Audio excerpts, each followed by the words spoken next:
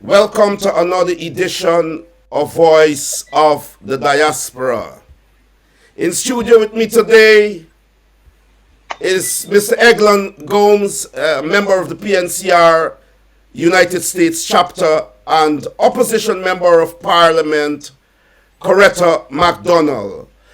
They will be joining me to talk about the situation at Mocha and also to talk about the no confidence motion that was passed against the leader of the PNCR, Mr. Aubrey Norton. That motion was passed by a US-based PNCR chapter, and we will talk in-depthly about that also. And so I want to, without any hesitation, to invite my guests here on the program this evening. And so I say to Opposition Member Parliament, Honorable Opposition Member Parliament, Coretta MacDonald, welcome to the program. And to US-based PNCR member, Eglon Gomes, welcome to the program. Good night to you, and thanks for having me here, and good night to your viewers as well. Thank you. Good night to you, Norman, and I would like to thank you for the opportunity to share our thoughts with you on the situation in Mocha and those affecting the voting of the party. Yes, and so we are, look, to this evening, we are going to be straight up. We are going to be candid in our discourse. And you have the latitude to express in the most profound way what is needed, the change that is needed within the party, on the ground, and what must be done to see the Mocha situation, justice in that situation, and also justice for all the Guyanese who are being oppressed and suppressed by the People's Progressive Party. But before we go to the discourse, as viewers, so many viewers have tuned in already, let us go to a brief clip of what has been happening in Mocha. And the belly big and the dragging them and buying them out. This man crying with rope in hand. I can't stand for seeing people suffer. Just bring tears to me eyes. Good God, you got to do something. You got to intervene. He's another one. He's another dog. I got police protection. We haven't tell your children. We haven't tell your children. We haven't tell your black children. We haven't tell your children. When you we have to destroy your children. You find your cows? I never did the cow there. Propaganda and voting, and some of them, listen, people who never set foot in Mocha. In Mocha right now, commenting, no, the ones on under the DPA and the Chronicle propaganda, commenting, y'all should have taken the land, y'all should have taken, y'all know the reality. Y'all know the reality. Y'all know the reality. Take land, take for house. Everybody put it under isolation. Who we take it, we can't look about the putting we, and the blood look about the putting we, and it's a small land. Who we take which land and which house? I take which money with $5 million for 31 years, Who we can take? Y'all gonna know the truth and y'all stop talking, show me this on social media, and y'all know what we're going to over here. We take which land and which money? For what? And you can't do nothing when we better put in you. Where would they carry these? Yeah, shut your mouth. Exactly. Shut your mouth. Unless if they're telling them that they could have carried their 50-something heads of pigs a cow died. The man, 2 cows. I saw 2 of them dead. We would have done that. You would have gone with livelihood. But tell me we cannot take nothing with us. Exactly. So what we can do? You must left your animals or do like we're doing there. Exactly. Just sell it for nothing. Exactly. People come from Bobby's and buy them out. Even them is it pork and all that's it chicken.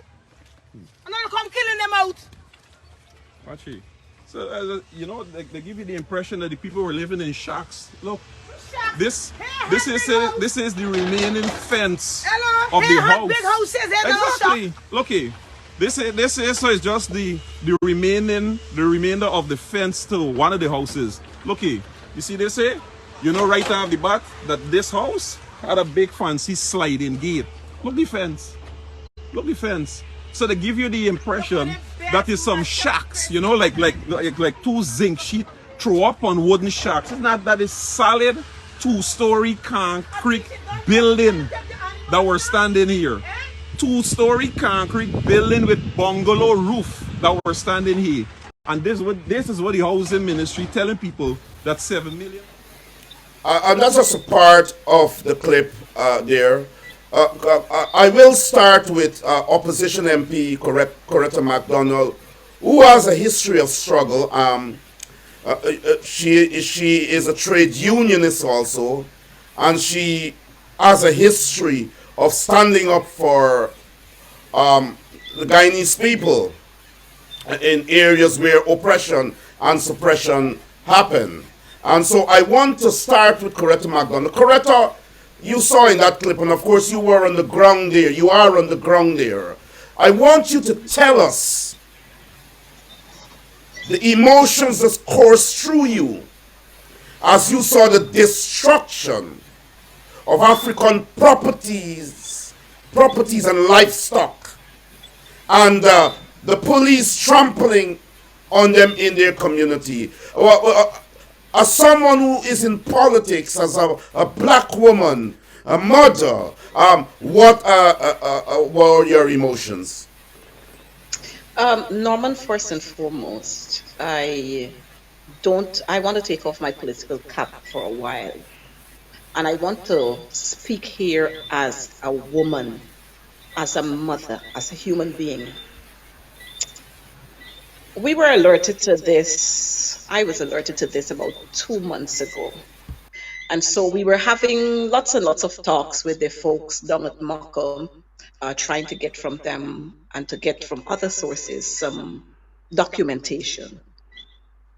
But to make a long story short, on Tuesday, I was called by my colleague MP saying folks from Ministry of Housing and the police are in Mocha and they're attempting to break people's homes. Let me say to us all, the people who lived on that stretch of land, they were not living in shacks. Let me say that. As a matter of fact, there is documentation to prove that one homeowner, her house was valued at $12.9 million. So when you hear the foolishness about shacks and they offered them $5 million and the people don't want that, out of the door. Those people lived in homes, not shacks. What transpired on Tuesday, Wednesday, and Thursday should not have happened in any way. When I rushed down there on Tuesday, I engaged the police who were standing there, the police officers. And like everything else, Coretta MacDonald, when I'm at work, I am brutal. Outside of work, you don't even know me. But I approached them, I greeted them, wished them Happy New Year and so on. And I tried to find out from the police officers, the inspectors and the sergeants and so on who were there, and the superintendents, what the issue. I'm hearing about a confrontation. Let's talk. Let's talk.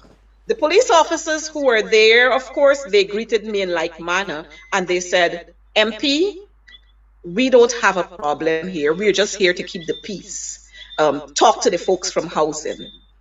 So I approached, there were about 5 guys there who, some of them had on badges. So I went over to that group, I greeted them and I said, there's a confrontation. Let's talk. Let's see how peacefully we can resolve this. So in the end, we'll have a winner on both sides. They said to me in no uncertain terms, there is no confrontation, madam. We don't know what you're talking about. So I left them and I went on the dam. Of course, I'm accustomed to struggle, so mud or no mud and fancy shoes, and so that was not a problem. I went on the dam, I spoke with the residents there, and I said to them, no homes will be broken today or any other day. And so I in our little groups, I said to them what I had to say in terms of strategizing. And we were able to have a standoff of 7.5 hours on Tuesday.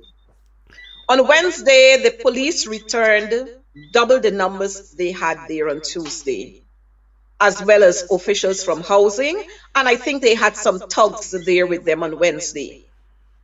They were not successful on Wednesday. And let me say this, they turned up at timings when they knew many of the residents were off at work. So these are people who are coming with the intention to destroy, to kill. They're coming like thieves when they know that the residents are not there.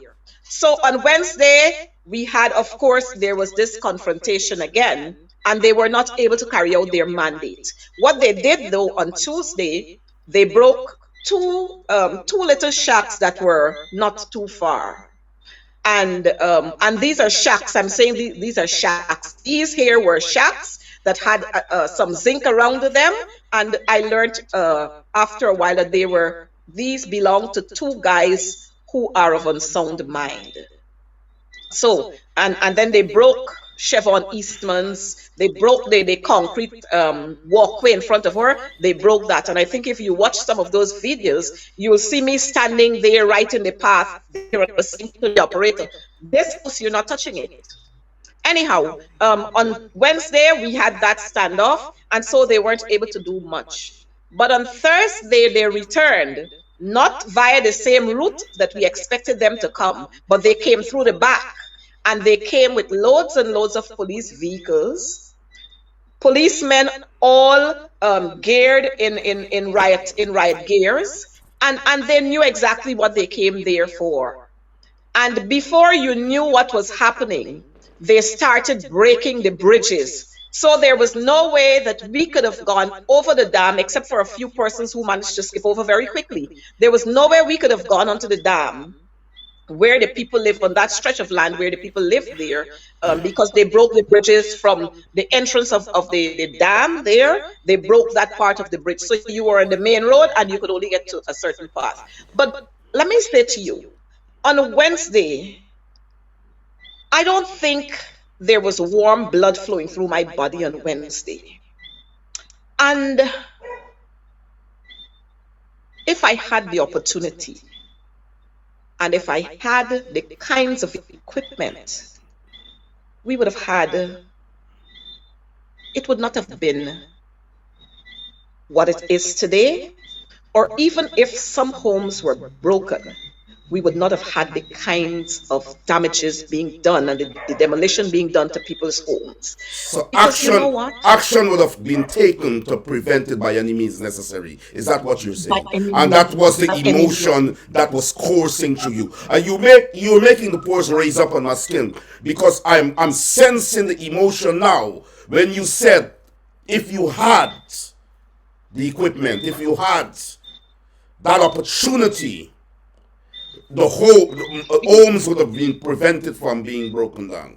Go ahead. At that point, I wasn't thinking of being arrested, handcuffed, placed in the lockups, being shot. I was not thinking. I was blank then. All I wanted to do at that point was to represent the people who would have elected me.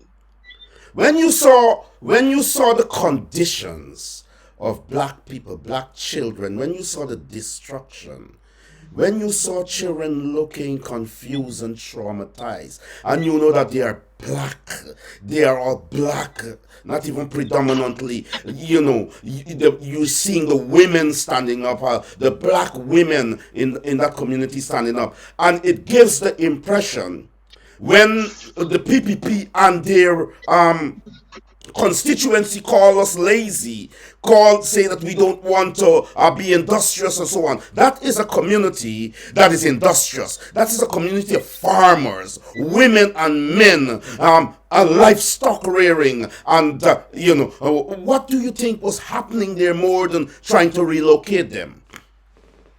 Let me say to your viewers as well, the whole notion of these people not wanting to move is false.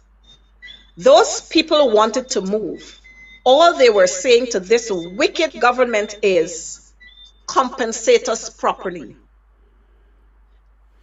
What they did was to paint everyone living on that stretch of land there with the same brush. So people who had small homes that were worth 3 million, 3.5, $4 million, they gave them 5 million and $7 million.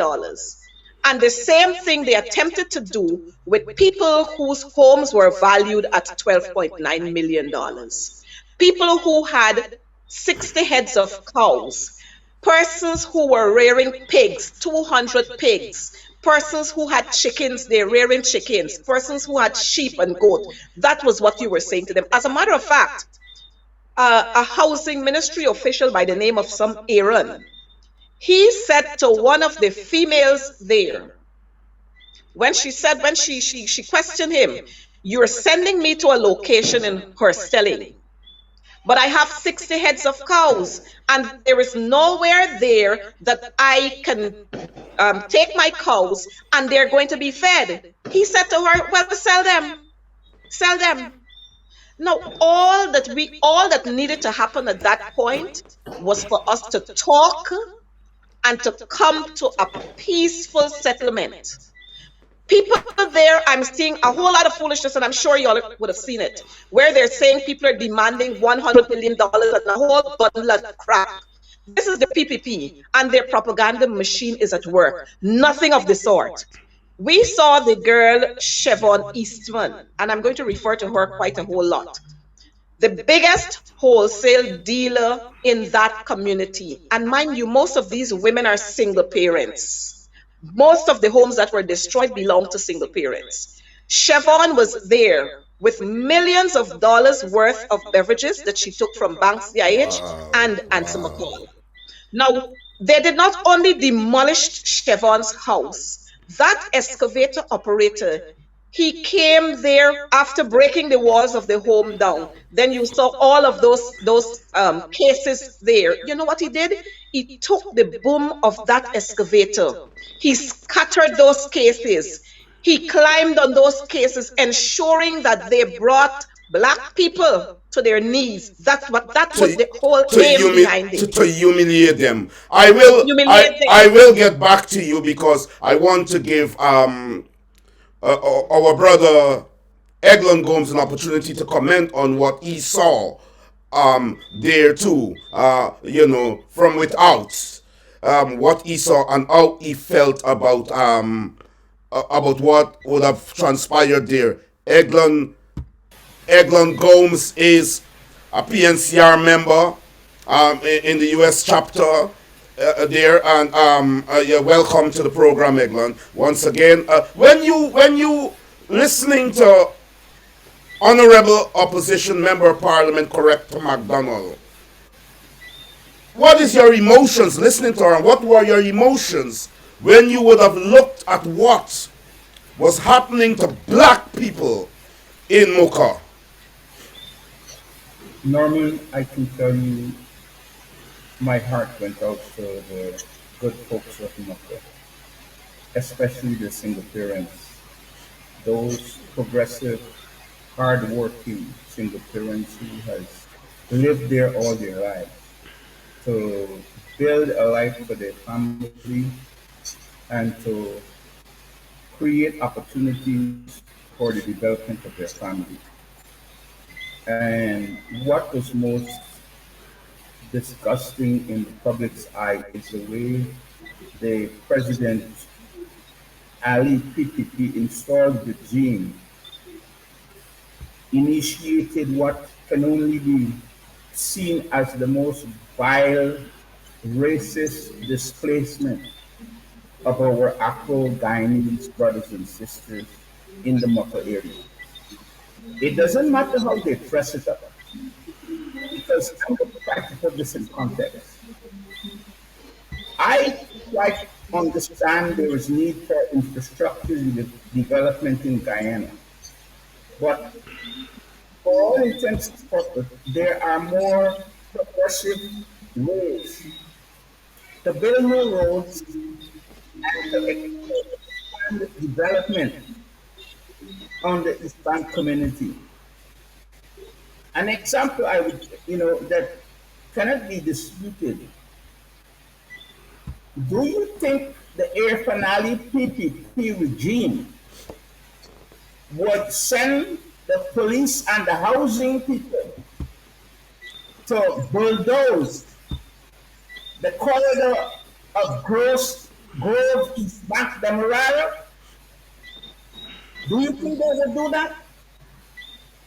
There are people occupying the reserves, inhibiting development of the East Bank corridor.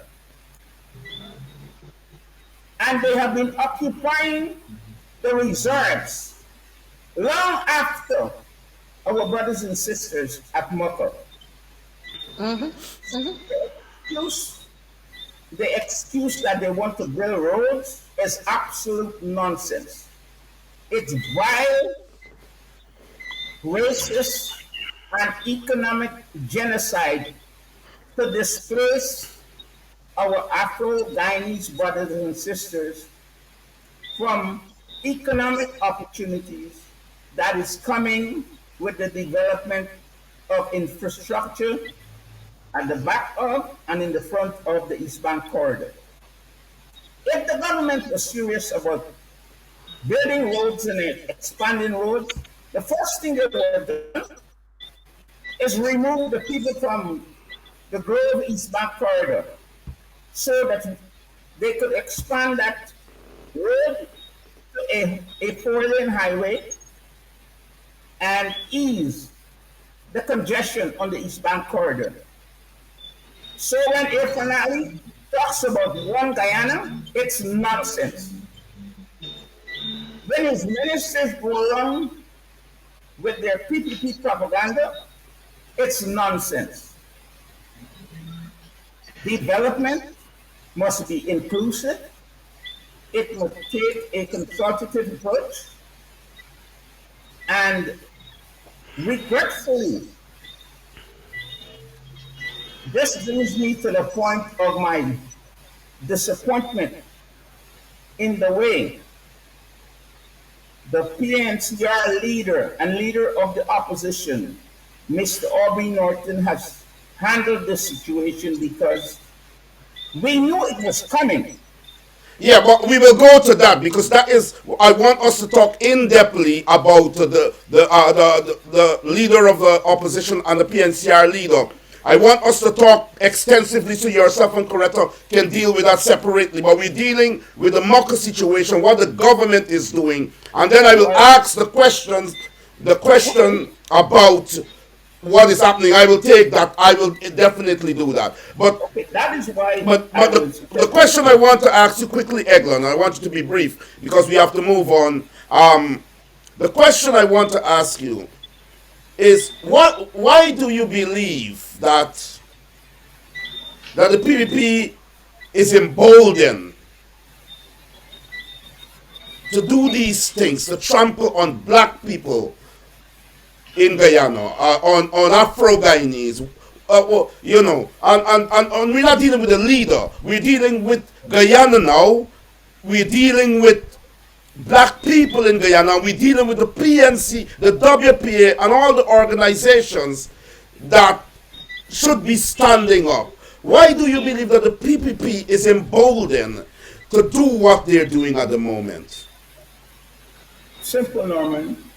The stakeholders and political parties have not been working together to represent their constituencies. And the PPP, with their brutal Indo-extensional politics, seem to think that they can trample on the rights of Afro-Guyanese, and because of the current weak leadership, that they will not be held accountable.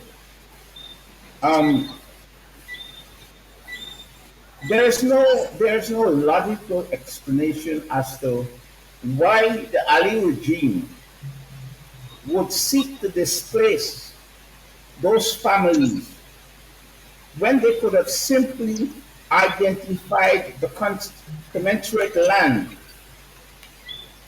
from at the back of Georgetown or the East Coast, that a 6-lane highway could have been developed connecting the East Bank corridor.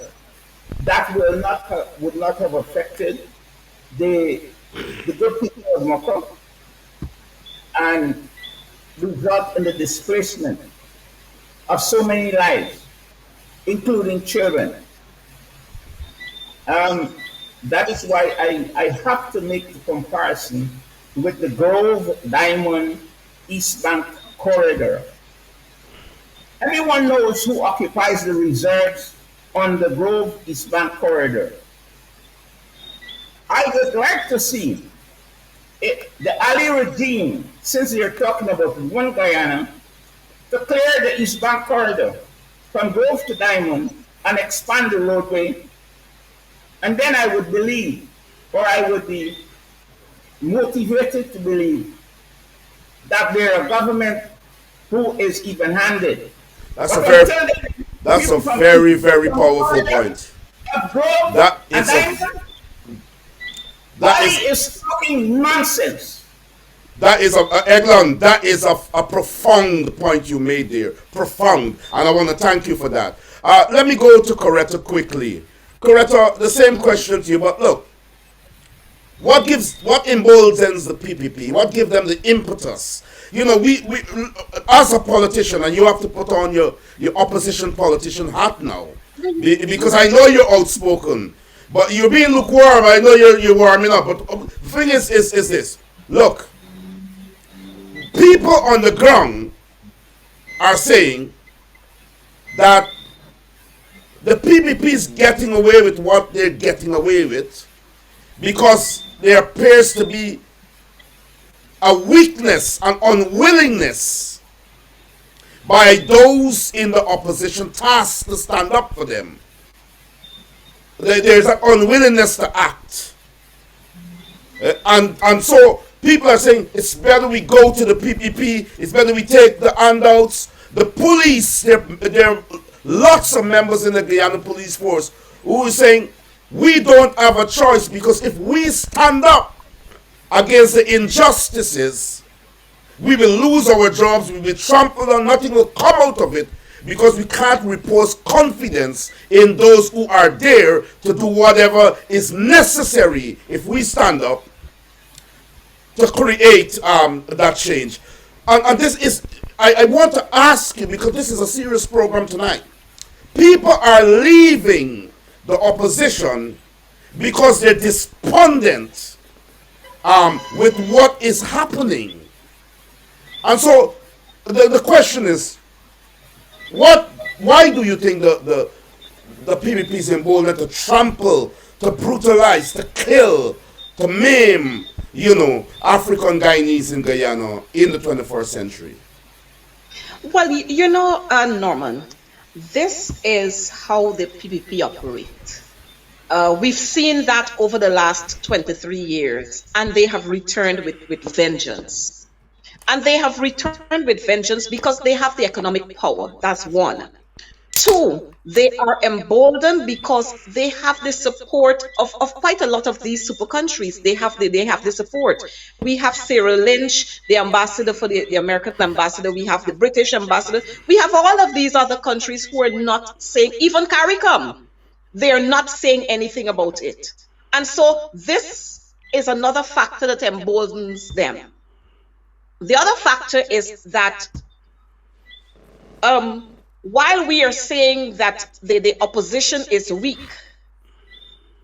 and I would want to be one of the first persons to say, yes, we have not been doing enough as members of parliament, but I want persons to know that the opposition is not only the 31 members of parliament and the opposition leader, but the opposition are the members of the PNCR.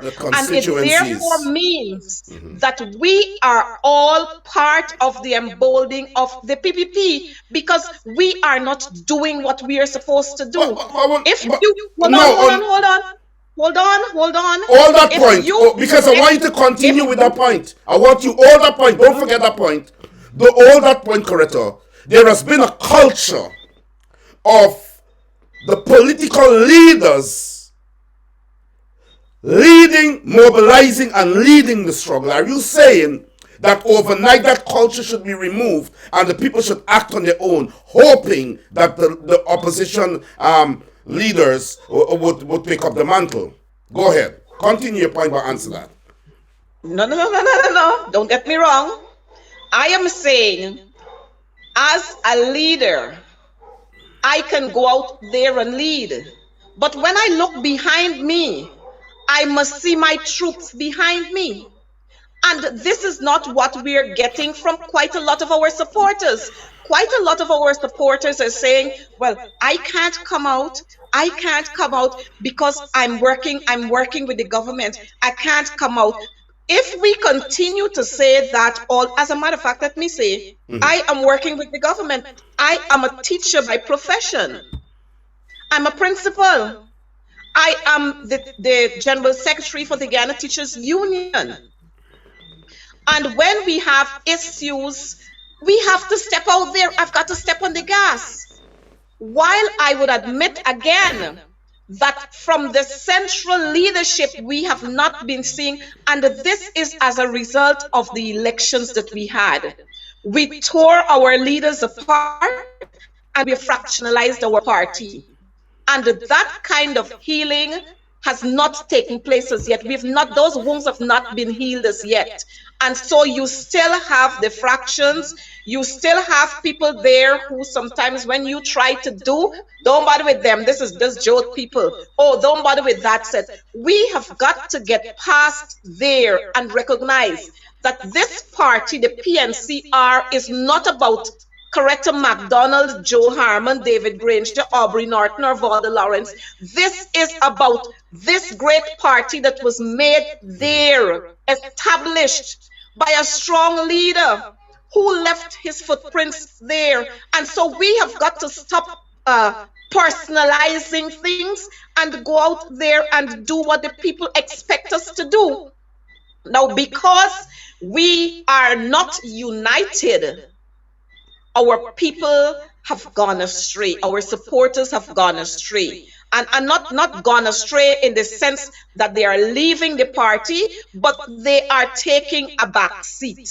They are waiting to see what you have to offer, what you are doing. And that's where we have to be again. We have to go back out there and start doing our meetings in the bottom houses, the street corners, and it's only then that we would be able to pull our members back and those who are supporters of the party, to pull them back into this fold.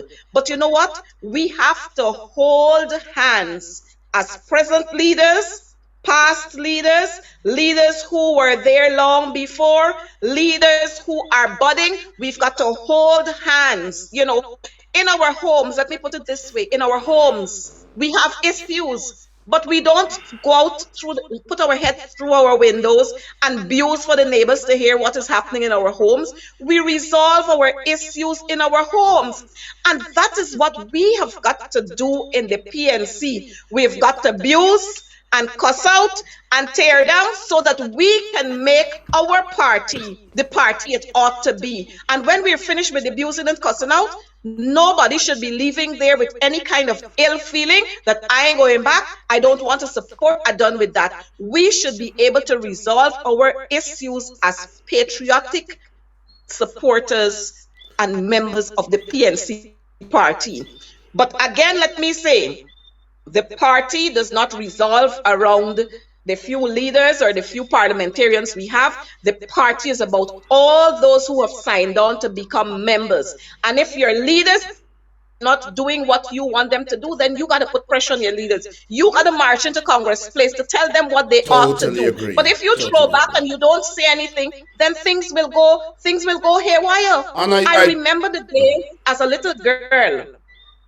And I always talk about this. My aunt, she had a Burnham head tie for every day.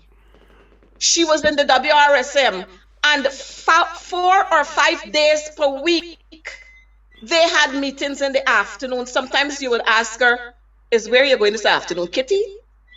Or you might be sounding it during the day. I wonder if it's Campbellville or East Rumville or Kitty we going today. Where are we going today? Because sometimes she used to take us along. We have to start being recommitted to the cause of fighting for our people. Unless we do that, we're not going to get anywhere. We have to return to the days where we are humbled and we remind ourselves that we are servants and that we are not there to be served. Until such time, we are going to have the kinds of confusion we are having, and we are going to have the PPP more emboldened to trample on our people. Desiree Simmons has just made a comment. Loads and loads of comments are coming in. Of course, there is a number on the screen, guys. We will give you the opportunity to call in a little bit later on for a few minutes to ask the opposition MP and the PNCR member questions about the discourse and so on. So you feel free to call the number on the screen. Desiree Simmons is saying, the leaders have not been able to inspire the supporters. And why is that, MP Coretta? I don't fully agree with what she is saying there. The thing is, we all have a responsibility, and we should not wait on anybody to pull us here or pull us there. We know what we are supposed to do. When you have, all right, let me say this. I came from South Rumville this afternoon, where we had a walkabout. This was announced way in advance. And the people, when you go out there expecting to meet lots of people and to have them being warm and so on, you're not getting that kind of reaction from them. And this here is us going out there. I have been on several walkabouts without the leader of the opposition, without saying to the leader, I'm going here or I'm going there. I call up a few MPs and we gone to Berbice. We got West Coast Berbice, Region 6, which is East Berbice. All over the place, as long as somebody called to say, well, something is happening, we gone there. But that's okay. The thing is, I'm sorry to cut you. We have to be able to embolden ourselves. We have to be able to get that, to bring back that zest and that zeal that we would have lost, because at the end of the day, whatever happens, if it doesn't affect you directly, it's going to affect you indirectly. So we all have to pay.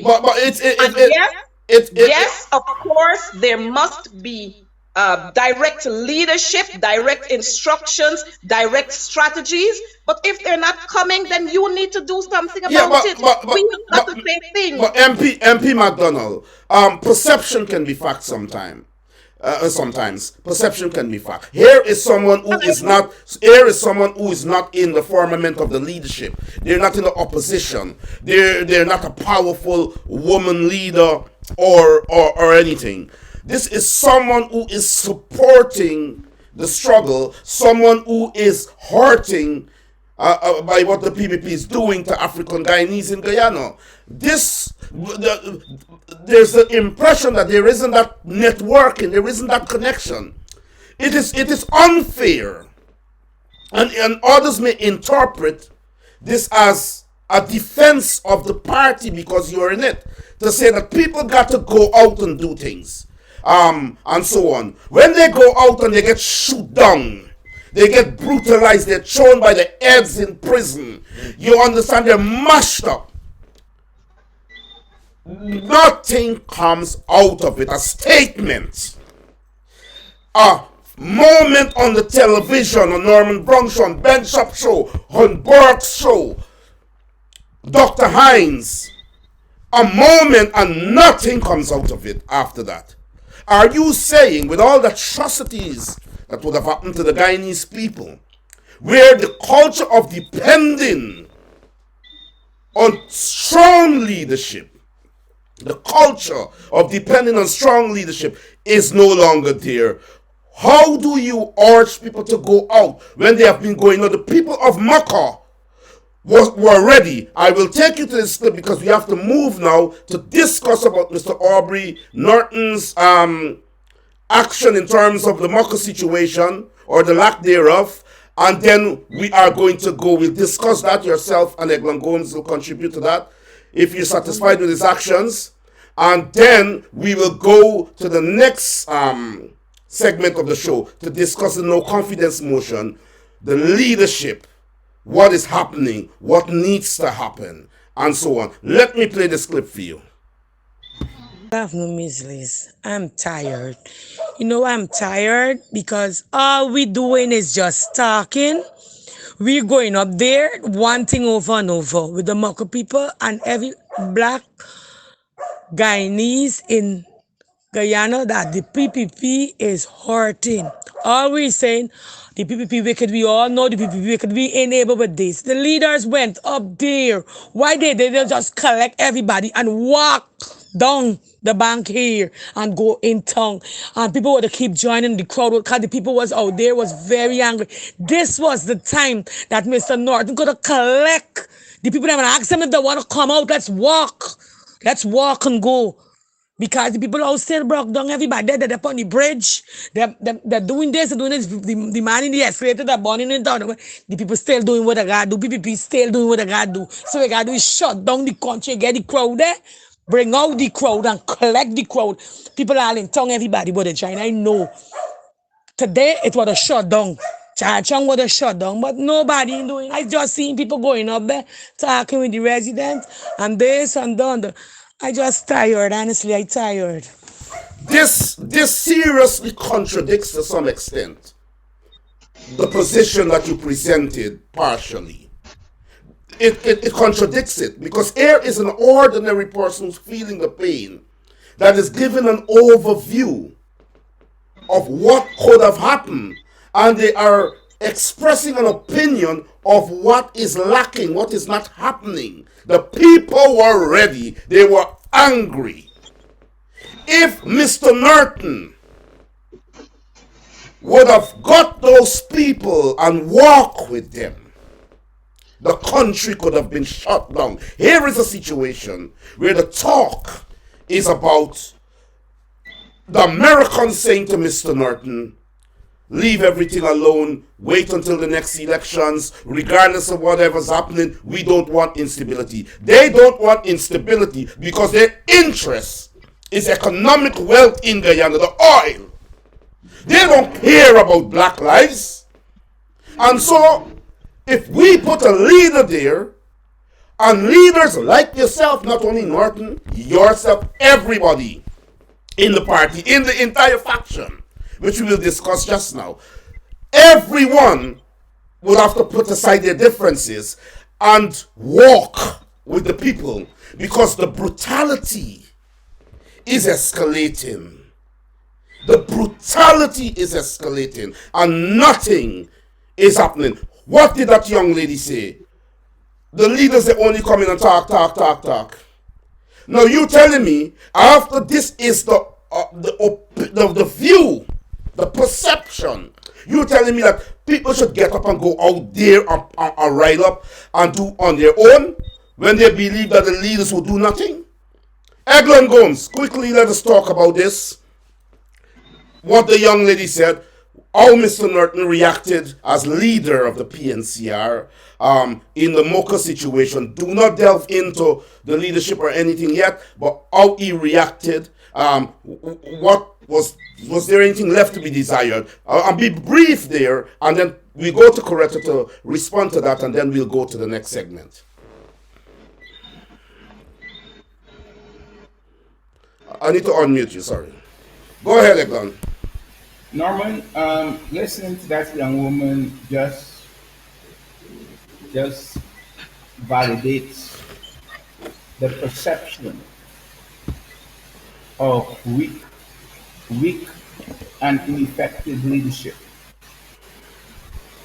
I was reliably informed that while the situation was escalating at Moko, the leader was notified that the situation needed to, that he needed to get down there because the situation was escalated. And I believe the person said that the leader asked them to keep him updated. I mean, what kind of what kind of heartless, lackadaisical, inept position for the party leader, the leader of the party of Lyndon Forbes, Samson Burnham, to tell his comrade, keep me updated. I mean, it boggles the mind because here the people are being crushed. Here the people are being displaced. And you're going to tell the comrade, hey, keep me updated. In what world does that fit in as rational thinking or someone who was elected to represent the constituency of the People's National Congress Party and the coalition, since he is the leader of the opposition? In what world does that make any sense for the man that is supposed to be leading at the front lines and representing the constituency? I mean, it's just mind-boggling. The Aubrey Norton I know was a firebrand leader, someone with fire in his belly, who would go over there and confront the regime on the issues. And as soon as he became leader, he has abandoned the constituency, which has enabled the PPP regime to trample and increase the suffering of our constituency. Let's go to Coretta. Coretta, Lucy Wilberg. Lucy Wilberg said, I suppose the party is still strategizing. The 2 years have passed, and that 2 years also, Coretta, would have been not only under Norton's leadership. 2 years of oppression under the PPP would have passed. Under the Harmon faction, under the Norton faction. In fact, the struggle was against the backdrop that the Harmon faction was not rising to the occasion. And therefore people reposed confidence in Norton, as Eglon just said, because they felt he had fire in his belly. You have made the point, Corrector, that regardless of anything, and it's a salient point, there has to be unity regardless. There has to be unity. But there is total division in the party. But in relation to, we'll get to that, but in relation to Norton's response to the Mocha situation, what are your thoughts? Let me say to you that it's quite easy for persons to sit wherever they are and make all kinds of judgment. It's easy to do that. When you're not in the seat, you can say all sorts of things. You can say what you want, and that's okay. It's amazing that we had Joe Harmon there as the leader of the opposition. And you, Norman, was one of the persons who killed Joe. Let me put it in those words, because you felt that Joe wasn't doing anything much. And we wanted Aubrey Norton, and Aubrey Norton was going to do an Aubrey Norton. And now that we have Aubrey Norton, and maybe Aubrey Norton not moving as fast as you would have wanted him to move, then it's another story. But the fact is, the Mocha issue, like I said from the inception, it should never have happened. And my thing is, if we had the numbers out there, because numbers speak, if we had the numbers out there, then we would not have had all the kinds of destruction that we're seeing there today, and people would not have been suffering. And I'm saying this, let me say this. I have no reason to defend Aubrey Norton or anybody else, but I'm saying that we have several party groups along the East Bank. We have several party groups along the East Coast. We have several party members who would come to you to say, we are doing this when we have general council meeting, when we have central exec meeting, we are doing this, we are doing that, we are doing the other. The issue at Moko was wide. It was broadcast wide and far for everybody to see. And we have several officials who are holding office within the party, who live along the stretches. Now, the leader had to call you to say, come, rush down to Maka. The leader had to call you to say, get up, come.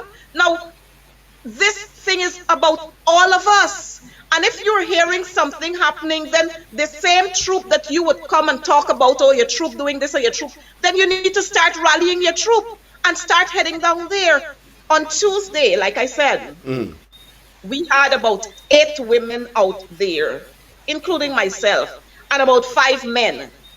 And by the time we started making calls to some of the villagers, calling them to come home, those who were in the farm, calling them to come out, and our numbers started building, we were able to hold those folks off for 7+ hours. Now, if we had triple time those numbers, or 8 times those numbers on Wednesday and on Thursday, we would not have had what we've seen here. But the thing is, again, we cannot continue to depend wholly and solely on one person, and I think that's what has happened to us. We have placed one person there, and we are looking to that one person, and this one person, and this one person got all the say. Whereas it should not be so. We have a committee. Hold on, we have a committee there, and let me tell you, when things are happening. As a matter of fact, let me talk about the Moko issue. At Moko, I called the leader. I said, "Hey, Chief, you have to come down here." On the first instance, I think he said to me he was in a meeting or something. I said, forget it. You have to come down here. Things are happening. You've got to get down here. He said, okay, keep me posted. I said, no. Come down here. I need the support now. Get down here. He came. He came with a couple of persons. The Wednesday, he came. He was there on the ground from early. And I'm saying, what has happened to our vice chairpersons? What has happened to all these central exec members? I ain't got to call you as the leader. You hear what is happening. You're seeing what is happening. If I am there, where are you? And this is where we have the lapses in our party, because we depend too much on 1 and 2 and 3 persons. You're absolutely correct. And outside of that, Norman, let me say to you, and this is a fact, and I'm going to be frank. You have to be frank. We've got too many high society people in our party who doesn't believe that they should be out there walking in the mud.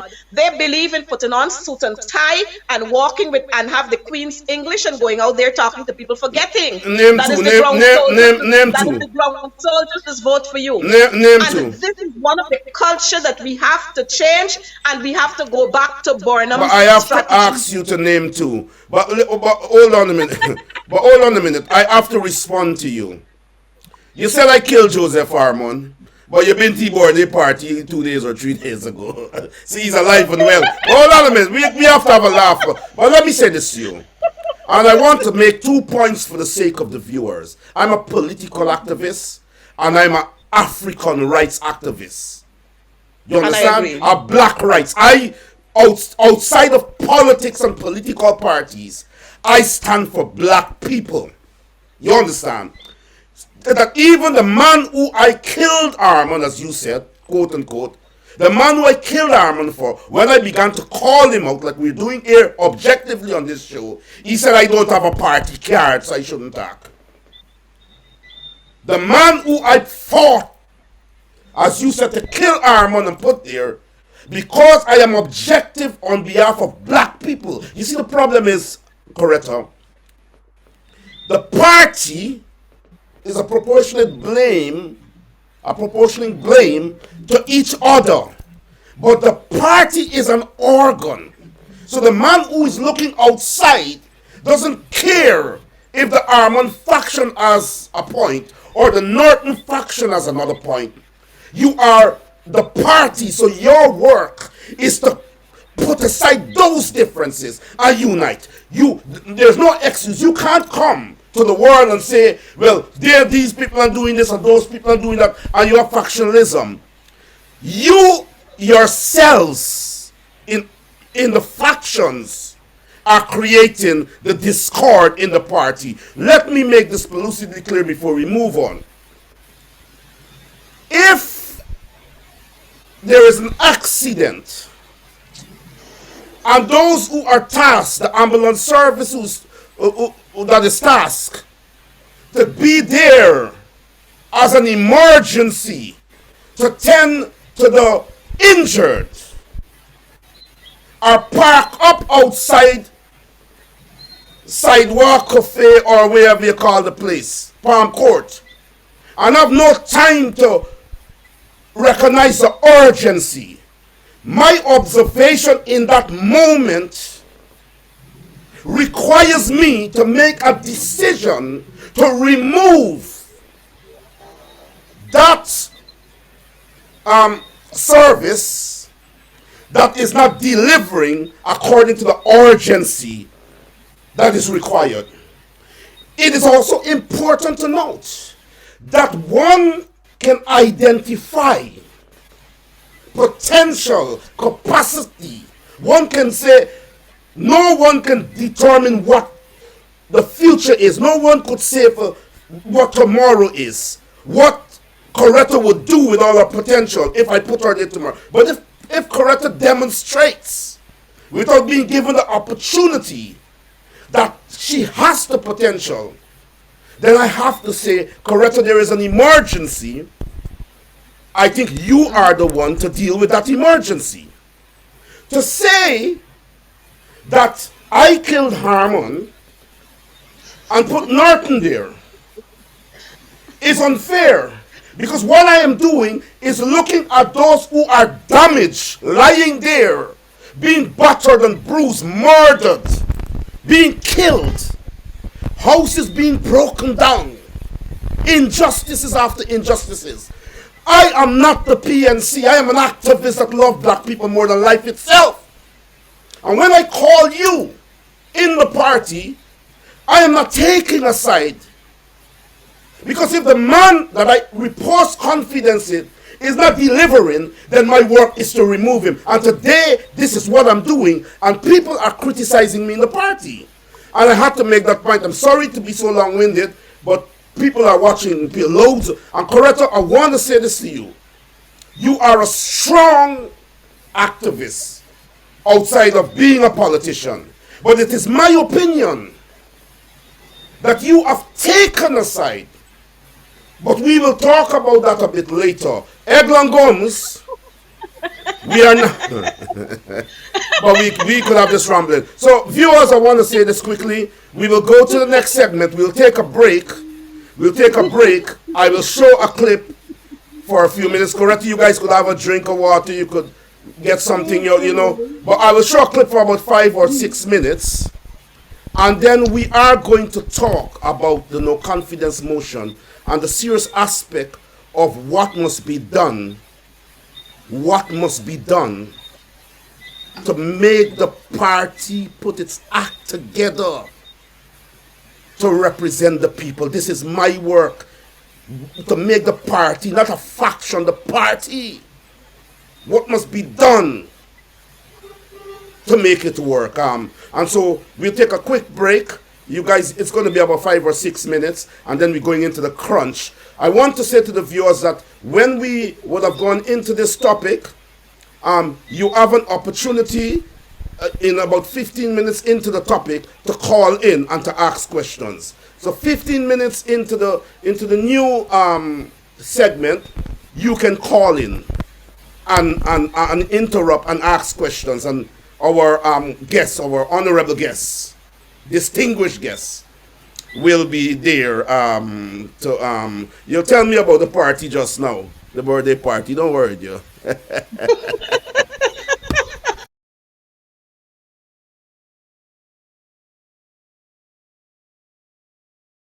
At Moko Arcadia.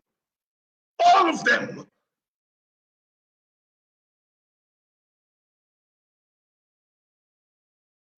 One man. Because in a boxing ring, if you don't throw punches, the referee will give the fight to the other side. Very profound encouragement. That is the kind of leadership we want to offer Guyana. Not a leadership where we tell you what to do, but where you told us what to do. My brother was very clear about what he was telling me. I've known him all my life in that village. Very quietly.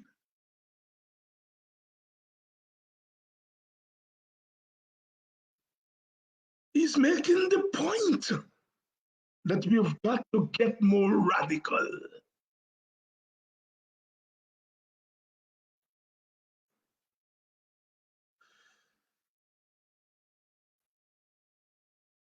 Or the sister, clearly not a rich woman,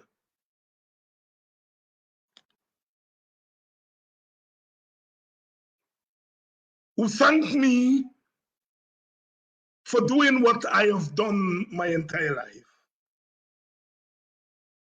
And then she squeezed my hand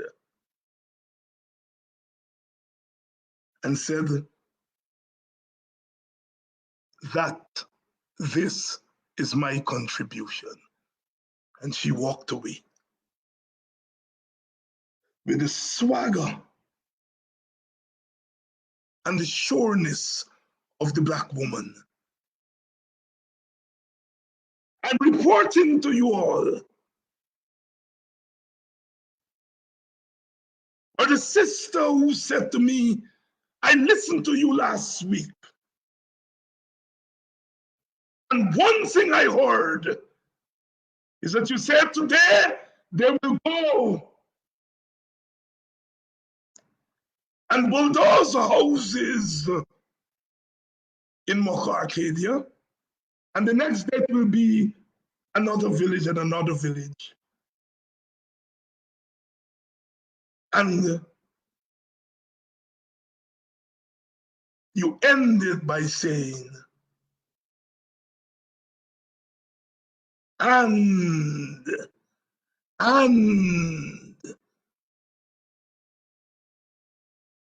house stop. Remember that when the rain falls, it don't fall on one man's house. I choose that Bob Marley song because I think it tells us about our condition.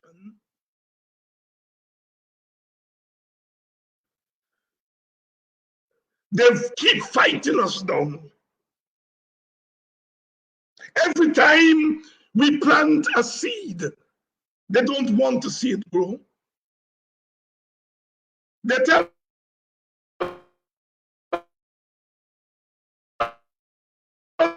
us Every time we plant a seed, they don't want to see it grow. That is just a part of the clip.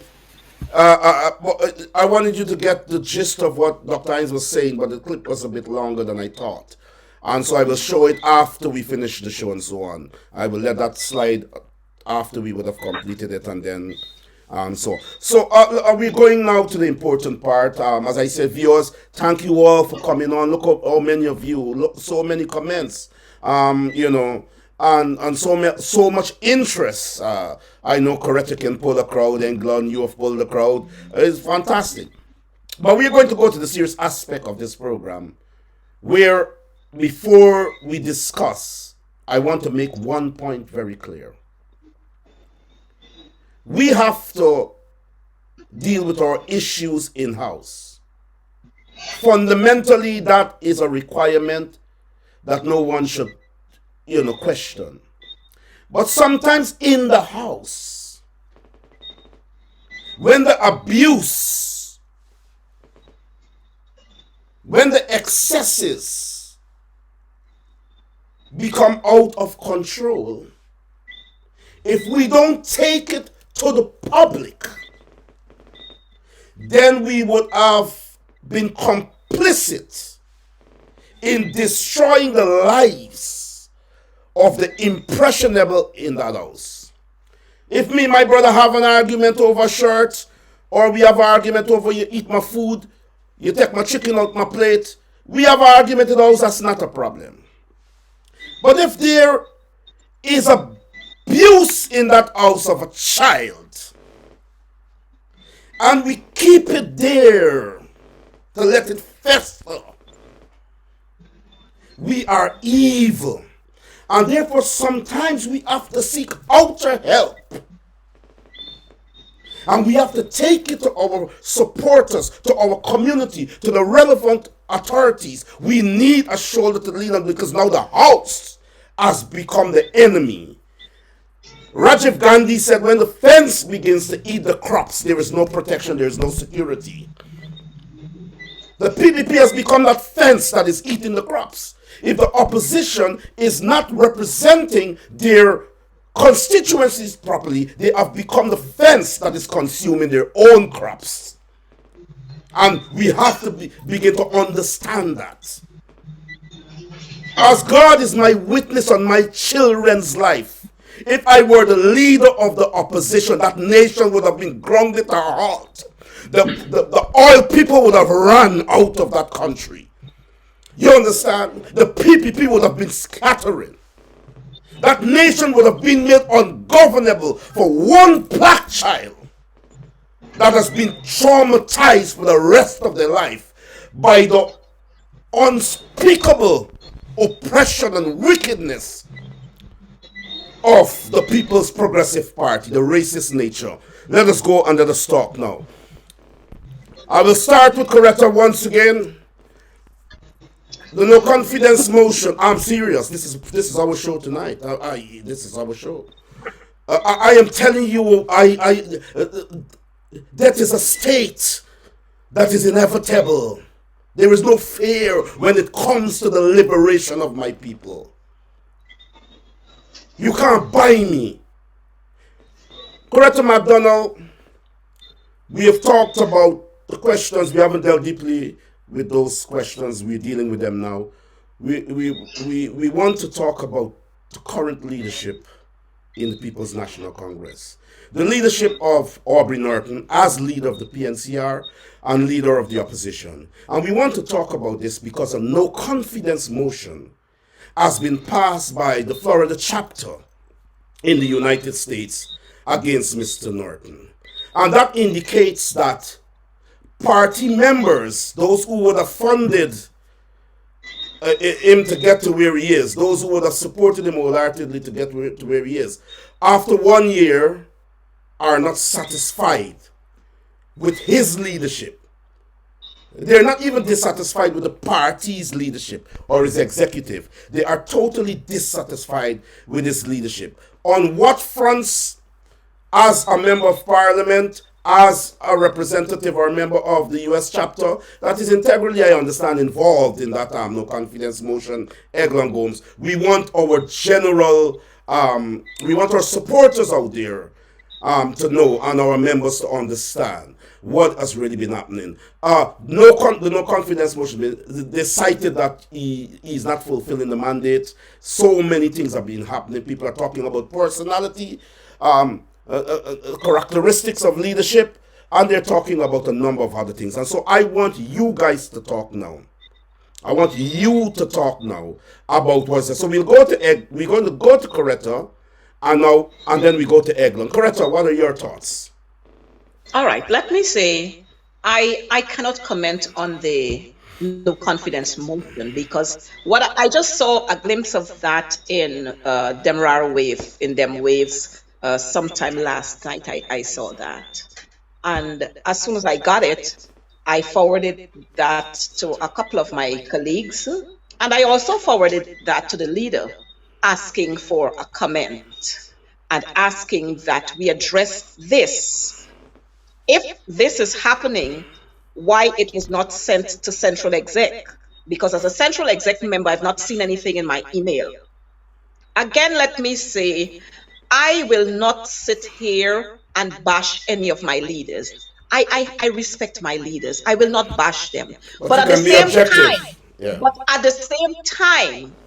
I will not sit idly by and allow things to happen while we have leaders there, which includes me. Yes.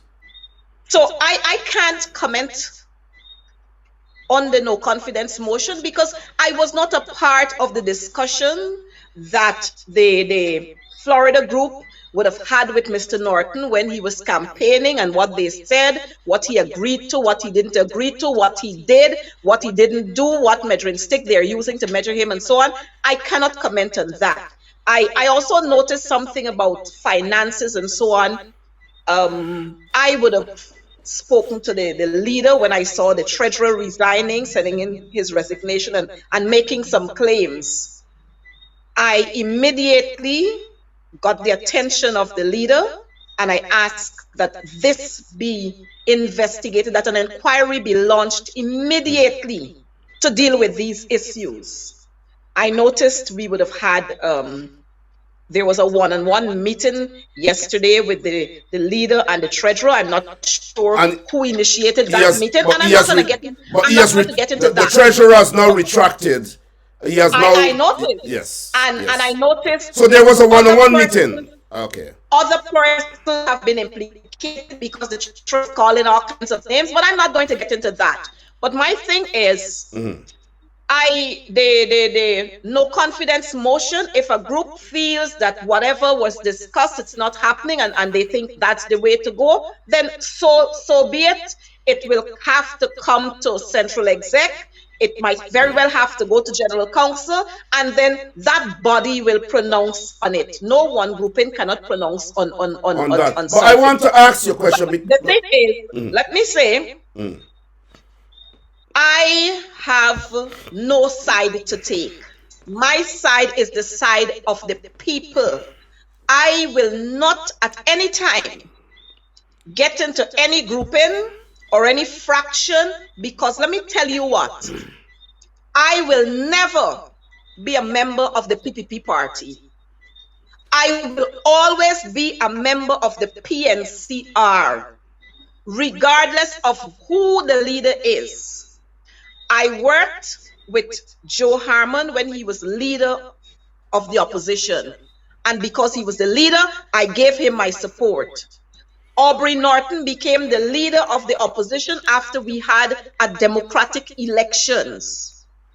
And so I have pledged my support to Aubrey Norton as the leader of the party to work for the people who would have elected us. And so I don't care whether this one doesn't like me or that one doesn't like me or they don't feel comfortable about me. What I do is for the people of this country, regardless of whether they're PNC or they're PPP supporters. My duty is to serve the people of this country, and that's what I do.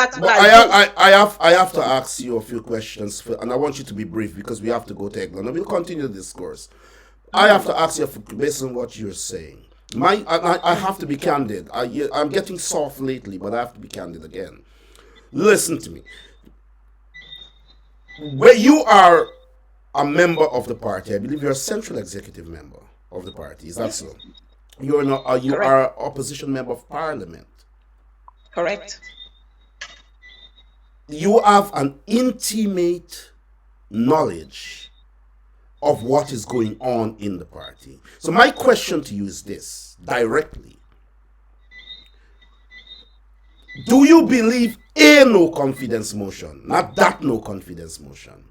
Do you believe a no confidence motion based on Mr. Norton's performance? Do you believe a no confidence motion is required based on where the party is and based on his performance? Do you believe also that he should be given an opportunity to lead until Congress, because perhaps he is doing something good? Those two questions are very simple, and I want you to be, you can't dance here today. You can't dance, you have to be straight. Well, I don't intend to dance, and you know that. Good. Let me say to you, let me correct you on the first one. I am not aware of everything that happens in the party because I am a central exec member. And when we have central exec meetings, then I can raise questions on this, that, or I can call up the general secretary, or I can call up the leader to raise issues that I have. When it comes to the management of the party in terms of salaries and whoever staff we have and what we are going to do with this and that, no, I'm not involved in that. So let me make that one clear. Secondly, as a trade unionist, labor laws say to us and labor principles say to us, if there's an issue, then we have to go to an inquiry. We have to give the accused an opportunity to defend him or herself. If we recognize that the party leader is not doing what they are supposed to do, whether it's Norton or whoever, then that person should be brought over the coals by central exec or by the general council.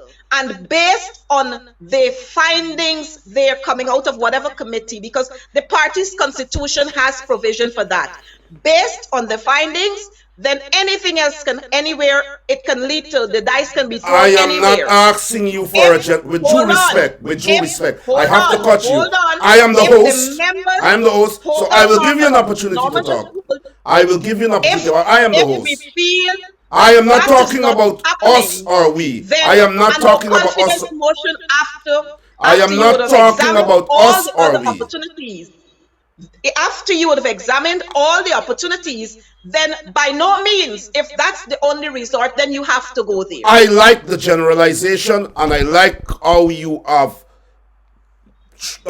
actually thrown the buck into a general position. What I am asking is what you believe at the moment. You as an opposition member of parliament, as a central executive member of the party, you can say no or you can say yes, and then you can qualify what you want to qualify. And let me say this to you right now. No, I don't believe that a no confidence motion should have come at this time, because we did not do what we were supposed to do. Wonderful, wonderful. That's all I've asked you. That is all I am asking you. Well, I think you would have gotten that when I said I'm a trade unionist and we believe in the principle. No, you were dealing with a plural position. I'm asking you a direct question. You need to answer a direct question. So you don't believe a no confidence motion at this juncture should be moved against the leader. And you also said, and now I can deal with that, you also said fairly so that that the party should have Congress and they should discuss and use the machinery to arrive at an informed decision, to arrive at a collective position as a party. I don't know how that is going to happen. The Constitution provides for that. But I don't know how that is going to happen if half of the party, central executive, and members and opposition MPs are claiming that they're being alienated, they're being pushed aside, they're being pressured or whatever. I don't know, but I'm not going to talk about that now. Let us go to Eglon Gomes quickly, and I'll give him an opportunity to express his view in answering the same questions I've posited to Coretta. Sorry, Eglon. Sorry. Let me unmute you. Go ahead, Eglon. I'm beginning to think this is personal. You keeping me unmuted. No. It's the noise in your background. It's the noise in your background. There's a lot of noise. Lots of noise in your background. Sorry about that. But you could hear Coretta. You could hear us, can't you? I know Coretta. And I hope you would give me some leeway. I will. Because first I want to say that Martin Niemöller said, first they came for the socialists, and I did not speak out because I was not a socialist. Then they came for the trade unionists, and I did not speak out because I was not a trade unionist. Then they came for the Jews, and I did not speak out because I was not a Jew. Then they came for me, and there was no one left to speak for me. I want to reflect on the development of the no confidence motion coming out of Florida. I believe it reflects the apathy and the hopelessness that is being felt among the rank and file of the People's National Congress Reform Party constituency. When I ask if you would, I hope you would give me some leeway or some latitude, because this is where I would like to bring in perspective my former colleague, friend, and comrade in the struggle for the representation of the party's constituency and the displaced and suffering poor. There isn't one person that can say that we didn't believe that Aubrey Norton presented the right characteristics to be a strong leader who will represent the People's National Congress Reform Party, its constituents, and who will work together to rebuild and rejuvenate the party in the face of the disappointments over the years. Put into context, after Aubrey Norton was elected party leader, in his press statement to the constituency and the nation on January 1st, 2022, after everyone having committed to supporting him after he won the party's election for leadership, he made a pledge on national television and to the press that his first order of priority was going to be to work with everyone, to work on the party unity, and to hold the government foot to the fire, to hold the government accountable, which was in keeping with the spirit of the leadership. Those are the dogs. Yeah, you got a lot of noise in your background there. You got a lot of noise in your background there. A lot of noise. But continue. Yes, that noise is not coming from me, bro.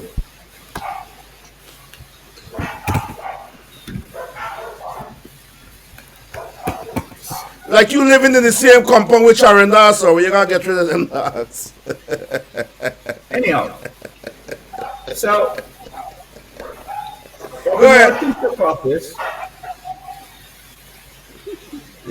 Aubrey Norton took office, and we expected him to honor his commitment and his promises to work with everyone.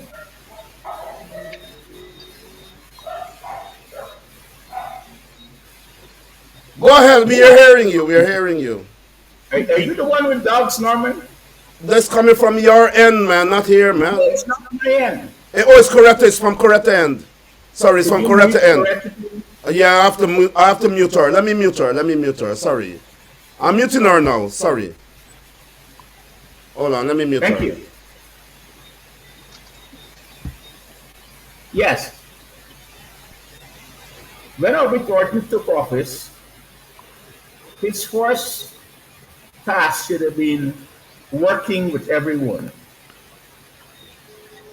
He had an obligation under the party's constitution at the first General Council to see that an auditor was appointed to overlook the finances and the financial aspects of the party.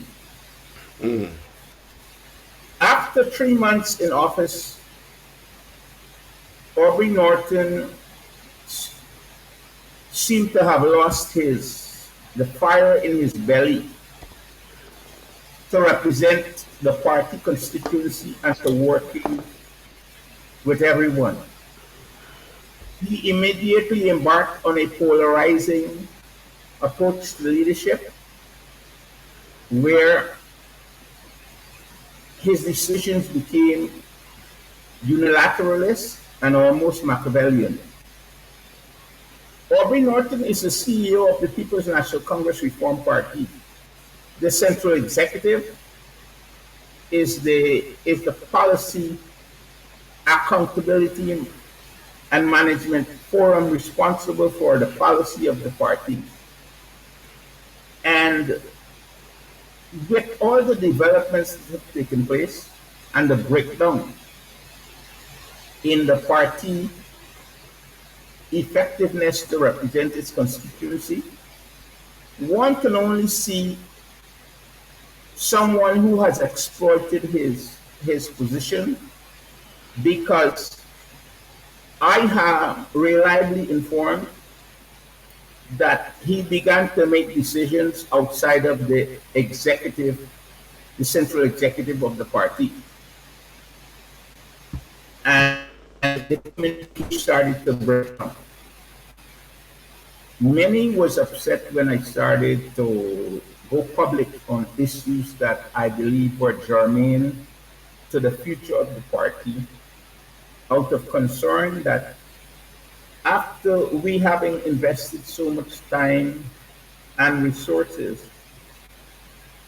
that the man who we believe was going to represent the constituency in a very effective way seemed to have thrown in the towel and became complacent.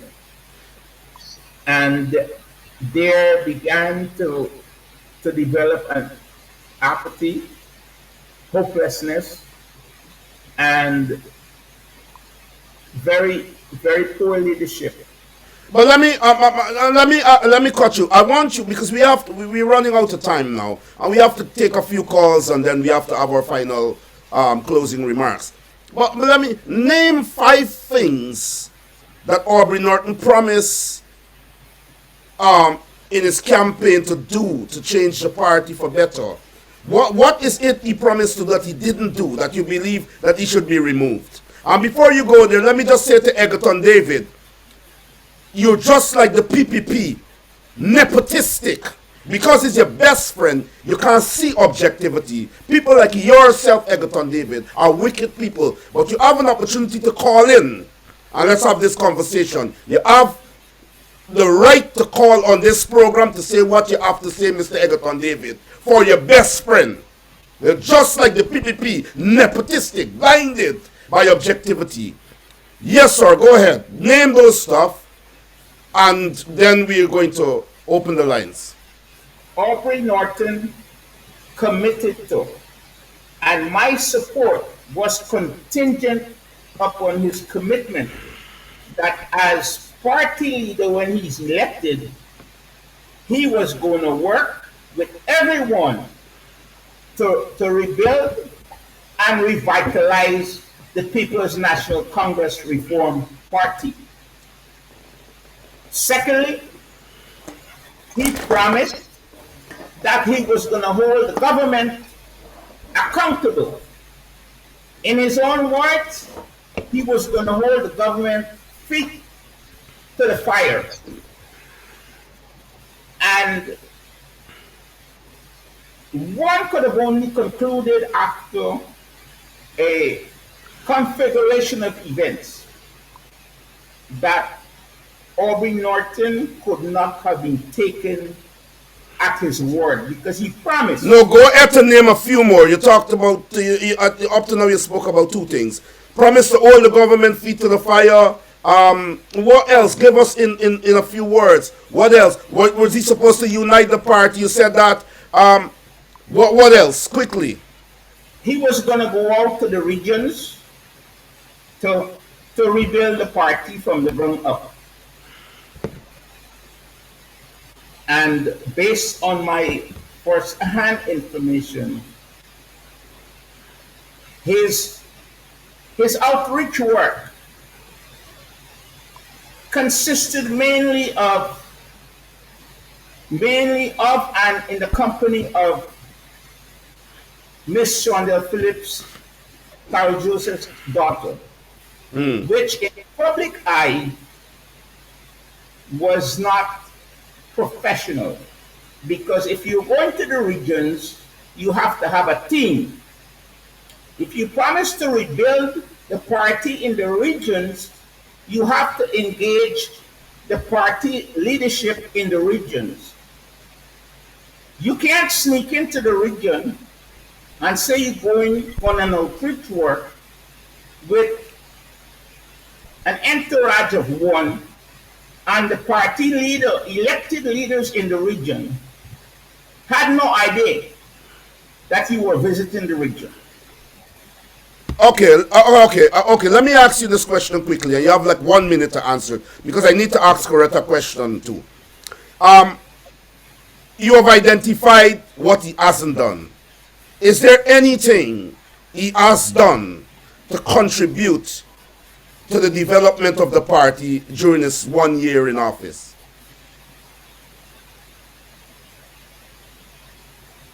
Prior to him assuming office as leader of the opposition, he was responsible for the chairing, the training of the very MPs he should be working with.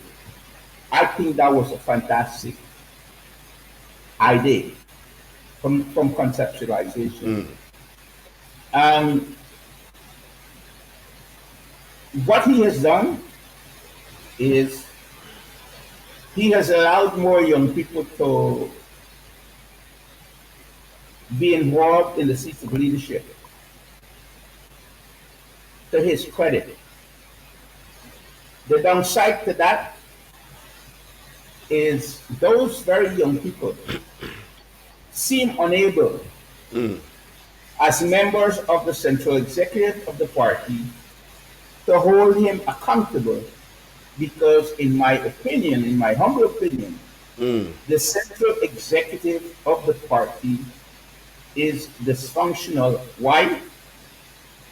Reaching out to the party chairman last week, Sherwin Holder, he assured me that the central executive was going to meet last week to consider the mind-boggling accusation of blank checks. Aubrey Norton was having him sign blank checks for several months now. All right, let me cut you there. I will cut you there because I'll give you an opportunity to close your remarks to finish that. Coretta McDonald, so many questions, and by the time I look, they're gone. One question is, when last was there a central executive meeting? How many central executive meetings have you guys had since Norton assumed leadership? And when last did the party have a central executive meeting? Sorry, Coretta, I need to unmute you. Let me just, sorry. I've just unmuted you, sorry. Yes, thank you. I just can't give you a number, but I know we had several central exec meetings. The last meeting we had at central exec was in October. I'm not sure we had one in November. If we did, I was not at that one. And how many have you had? How many have you had? How many have you had? There were several. I just can't give you a number, but there were several. You can't tell me if it's 2 or 3. You can't tell me if it's 5 or 6. Don't you go to these meetings? It would have been more than 5 meetings that I would have attended. More than 5 central executive meetings. So you're saying under Mr. Norton's leadership, there were more than 5 central. Yes. Thank you. Yes. Outside of those meetings, I can tell you that several committees have been meeting. and putting their proposals together, and some of them are working. So that in itself is saying that persons are prepared to work. Persons are prepared to work. But I think sometimes executing what you have put there on paper is sometimes a little difficult. Different. Because one of the problems we have is you have to write to ask for time off for persons. And that poses a difficulty. And then if you were to have them in the evenings, if you want to have training programs, then we can't have all the training programs in the evening. And I can talk here for the committee that I'm chairing, which is labor. Several of the persons there are at work. So many of our engagements have been via Zoom meetings. And to execute some of our programs, we have to, and it's not anything bad. We have to piggyback on some of the others when they're going out to have their programs. We have to piggyback and do our programs there, especially when we would have been going out to the regions. But to have the kinds of programs that we want to have to bring our working class people in for a day or 2 days, that poses some problems because time off is not easily granted by their employers. Go ahead, Coretta. So let me ask you this question quickly, Coretta, and I want you to be very brief. Are you? I want this show to be balanced because I'm not like Egerton David, my good friend, who seems to be someone that should be in the PPP. See, sometimes we accuse those in power who are oppressing us of wrongs, but when we are in that position, we demonstrate the same attitude and wickedness.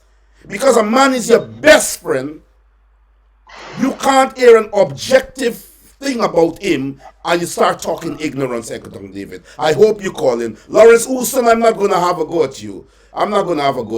But this is an open program. I like what's happening. Coretta McDonald, opposition MP, Central Executive Member. There have been a lot of accusations in the party that Mr. Norton's personality, there are traits in his personality that would have pushed people away. Many have said that he is arrogant. Many have said that he is pompous, he is dismissive.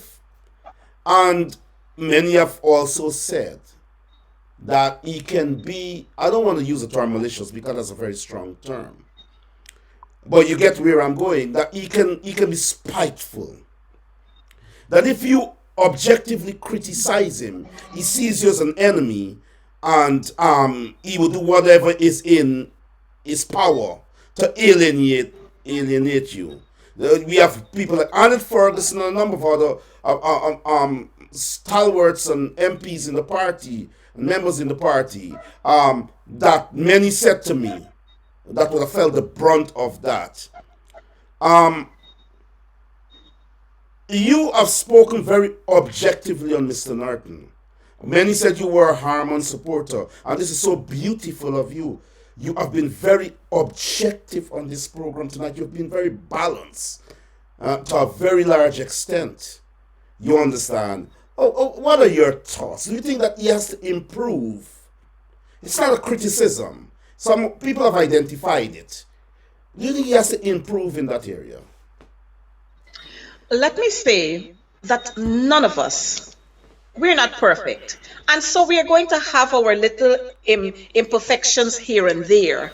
But what is good is when these imperfections are being made known to us, that we strive to improve on them. I can tell you about me, persons, I know there are some persons who would say, who, Coretta? She's malicious. Oh, Coretta? She's arrogant. But I think people sometimes, they sometimes make these kinds of, they label you in these kinds of way, because sometimes they catch you on the wrong path, or something happened and you give them a short answer or a sharp answer, and they take it to mean that. Let me tell you again about me. while I supported Joe Harmon because I felt he was a better candidate. I supported Joe Harmon. Do you still feel that way? Let me tell you my feeling. My feeling was You know, Joe like Harmon and hold on, You're a Joe politician, Harmon innit? and Aubrey Norton. The two of them were supposed to be the team to take the PNC. Because, like I said, we all have our imperfections. Is it too late now? However, I don't know, and that's one of the things that I am embarking on, where I am putting together. I've already put together a team of people, and we have put together what we want to see happen, and we are going to be going out there to talk to some of our leaders and try to get them back into the fold, even though they've said they're putting their hand up and they're no longer in politics, because I feel that we all have our bit to play. And that's a progressive move. We all move. have our grouping. But let me answer your question. Go ahead. Yeah. I have felt, and I want to use me every time, after the elections, there were a couple of times when I felt as if I was being sidelined. By whom? If persons did not trust me because I was supporting Joe Harmon. And you know what I did as Coretta MacDonald, which is why I tell people I will always be me. I called the leader and I said, I don't want excuses. I would like to have a meeting with you on X day at X time, because I feel I need to let you know how I am feeling at this point. Of course, I got some all kind of ways, and I said, I am not taking that. When I get off this phone, I must get off this phone, because we would have agreed to meet on X day at X time. Listen, this is a program. What do you mean by all kind of ways? What do you mean by all kinds of ways? Did he demonstrate the characteristic traits that we talked about? I have a meeting that I had scheduled already. Chief, what is this meeting? What is this meeting about? I want to meet with this group that we are going to be resuscitating. Well, my time wouldn't take all of your time. I wouldn't take up all of your time to be so that you can't meet with your group. I need to meet with you, and I would have. Sometimes people would tell me that, Coretta, you're always a bully. But for me, when I have to get my business done, I stop at nothing to get my business done. And I've been saying that to a few of my colleagues. So I sometimes bully Mr. Norton. It might be a very strong term to use, but for the want of a better word, by saying, I want to meet, and these are the issues I want to discuss with you. One of the first things I said to the leader was, are you comfortable with me here as a member of the Central Exec, because I was on the Joe Harmon team? Are you comfortable with me? Secondly, can we work together? I am bringing myself here to work for the party, not for you. Can we work together?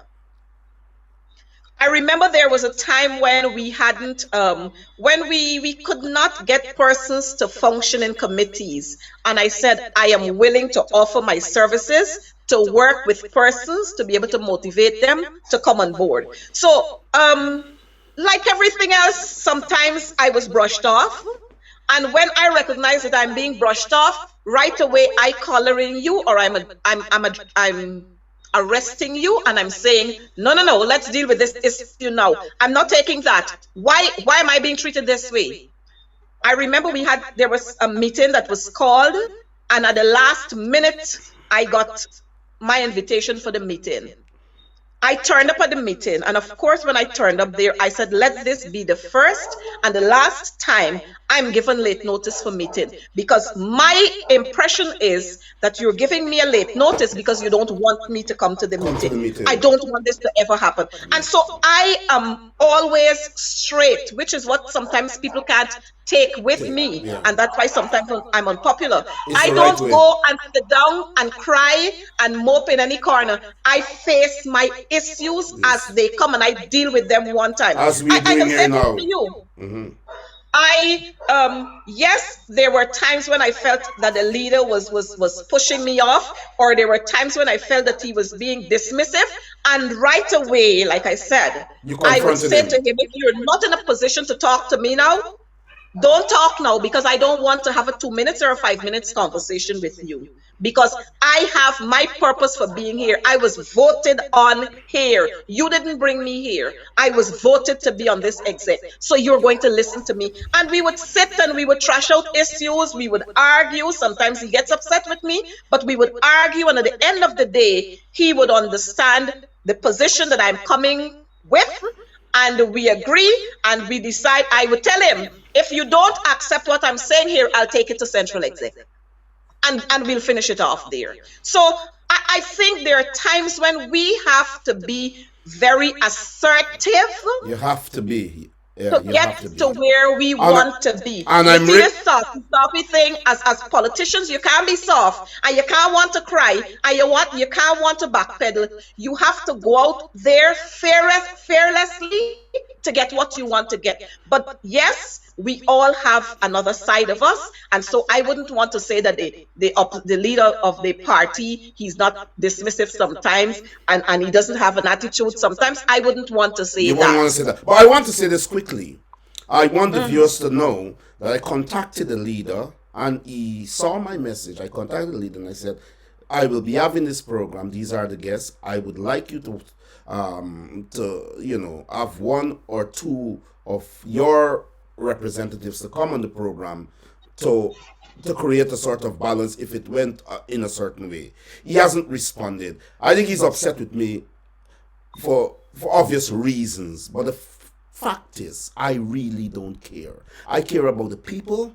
I care about liberation struggle. I care about the PNC becoming what it ought to be, because it's not only Aubrey Norton in that party. It is not only Aubrey Norton in that party. In fact, there are people in that party worse than Aubrey Norton who raised their shoulder and step like a peacock and all of that. There are people who are more destructive than Aubrey Norton in that party that will smile in your face. I know that for a fact. And I know that some of them are more petty than Aubrey. I can call Aubrey and say, Aubrey, I don't like this, I don't whatever.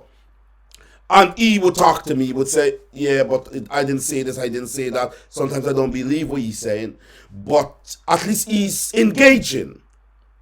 But the thing about leadership on the party itself is that where we are at in the context of the demon we have to fight, the monster we have to fight, we have to put aside all pettiest differences of the glitches in our organs. We have to put it aside. And we have to work, because this struggle is not against moving Aubrey Norton. If Aubrey has to go, I will have no apology. I have no apology to Joseph Harmon, as you said I killed him. I have no apology to them. Because my work is to ensure that black people are properly represented. I'm not saying Guyanese, I'm saying black people first. Because they are in the worst condition. They are the people I talk about that are waiting for the ambulance, the emergency treatment. That is what I'm saying. You understand? The lines are now open, guys. The lines are now open. The number to call, WhatsApp, 444 plus 444 794 010 That is 44 794 010 It is on the screen, guys. You can call and give your first name. Be respectful, be very brief. You can ask Miss you don't have to ask me any questions. You can ask Miss McDonald, opposition member of parliament, and PNC US-based member, Mr. Eglon Gomes. So feel free to call in while we talk, and you can interrupt the conversation as we spend another 15 minutes before we close. So call in if you wish and make a contribution. You don't have to be scared of anything. Talk how you want. Down to earth ghetto. No fancy English, nothing. Just call and say what you want to say. You understand? Lawrence Houston, I've always said I have tremendous respect for you. And I think you are very sensible. I think you're intelligent. You may take a side, but I think you have some balance too. And so respect you, brother. Respect every time. So the lines are open. Call, guys. The line is open. The line is open. It's only one line. The line is open. Call in. Eglin Gomes, you heard corrected there just now. What would you like to add to that? In terms of personality and so on of the leader. Let me unmute you. Sorry, let me unmute you. Take away. Sorry. Go ahead. Norman, I want to add, you know, Coretta is a very straightforward person, and I Yes. commend her approach in her communication. And I understand the dilemma of really going full throttle. However, I have no qualms because I was there from the inception for the rise of Aubrey Norton, the candidate, to Aubrey Norton, the party leader, to Aubrey Norton, the leader of the opposition. I was there. And I believe that Aubrey Norton had the best interests and would have represented the party's constituency as a strong political leader, given his background as a political scientist. But whatever happened between January and May of 2022 seemed to have turned him around because after May, June of 2022, Aubrey Norton could no longer have been taken at his word. He made promises, he has kept none of them. He has abandoned the people who supported him, people who was there for him, people who wanted him to succeed. He became a unilateralist leader.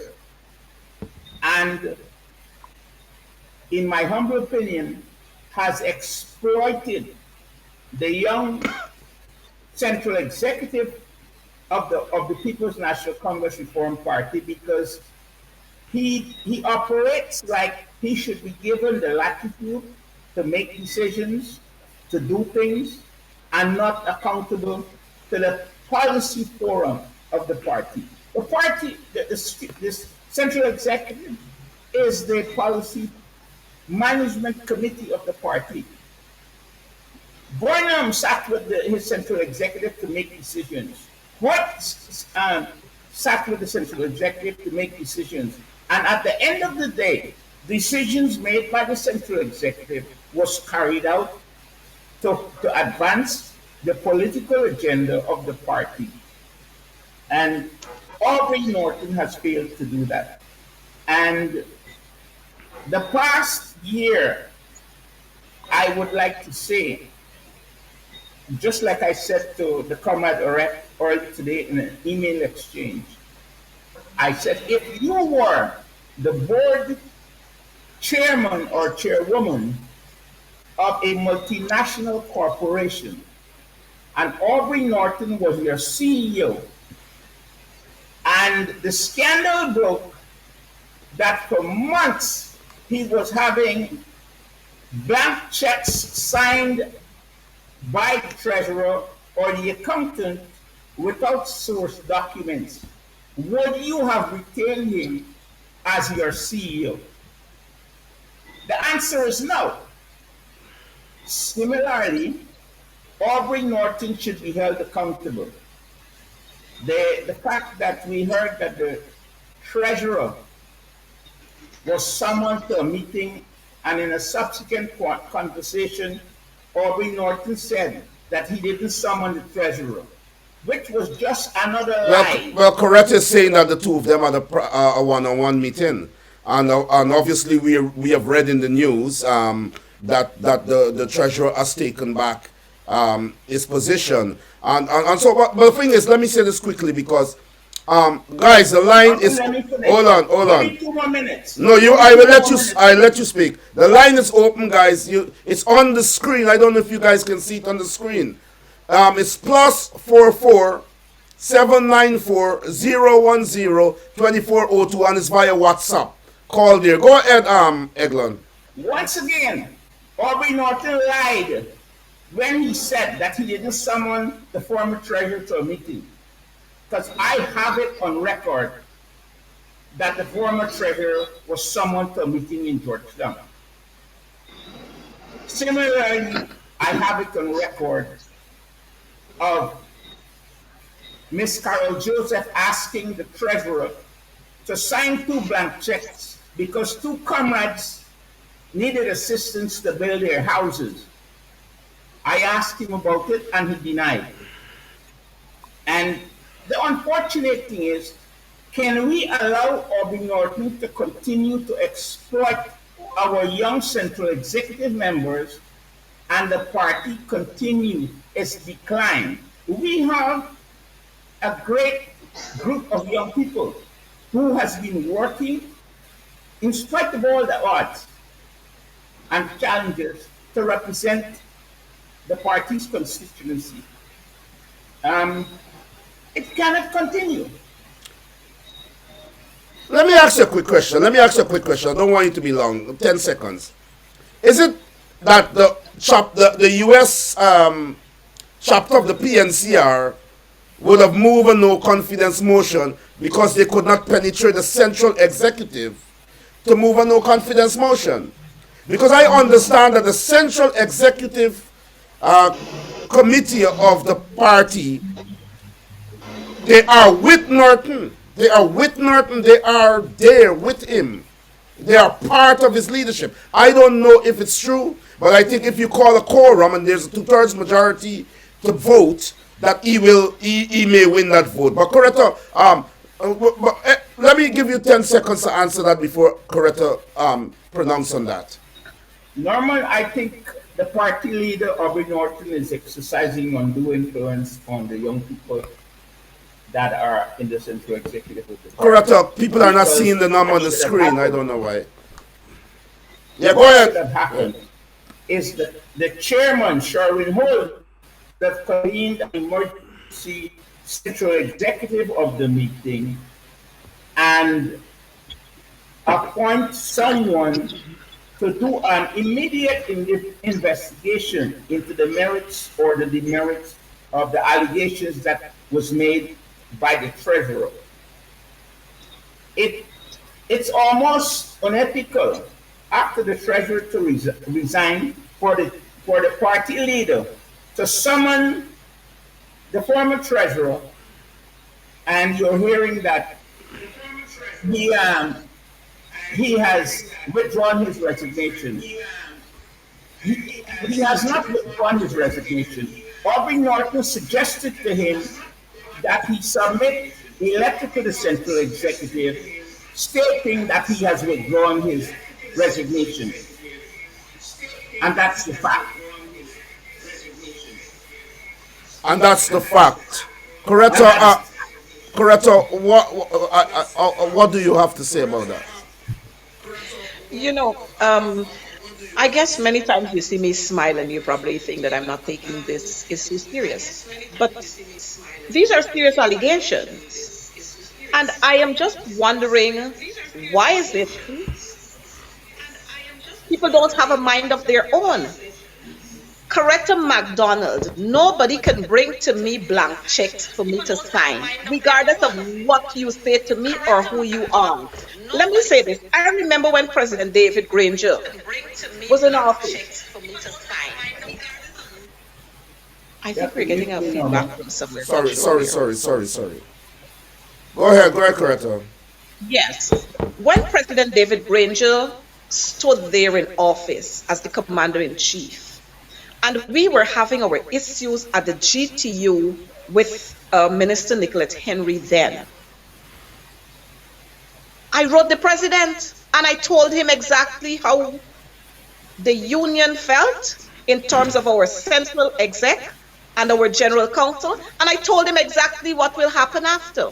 You see, the thing is, I don't understand how we can allow, and I find this very funny, but I'm not saying that it can't happen. that you allow one person to manipulate 6, 7, 8, 9, 10 persons. I mean, is Coretta McDonald different? Because they ain't got no leader would cause me to do things that are wrong. As a treasurer, as an accountant, you ought to know, regardless of what emergency we are having, documentation must follow, because at the end of the day, you are going to be held accountable for any money spending.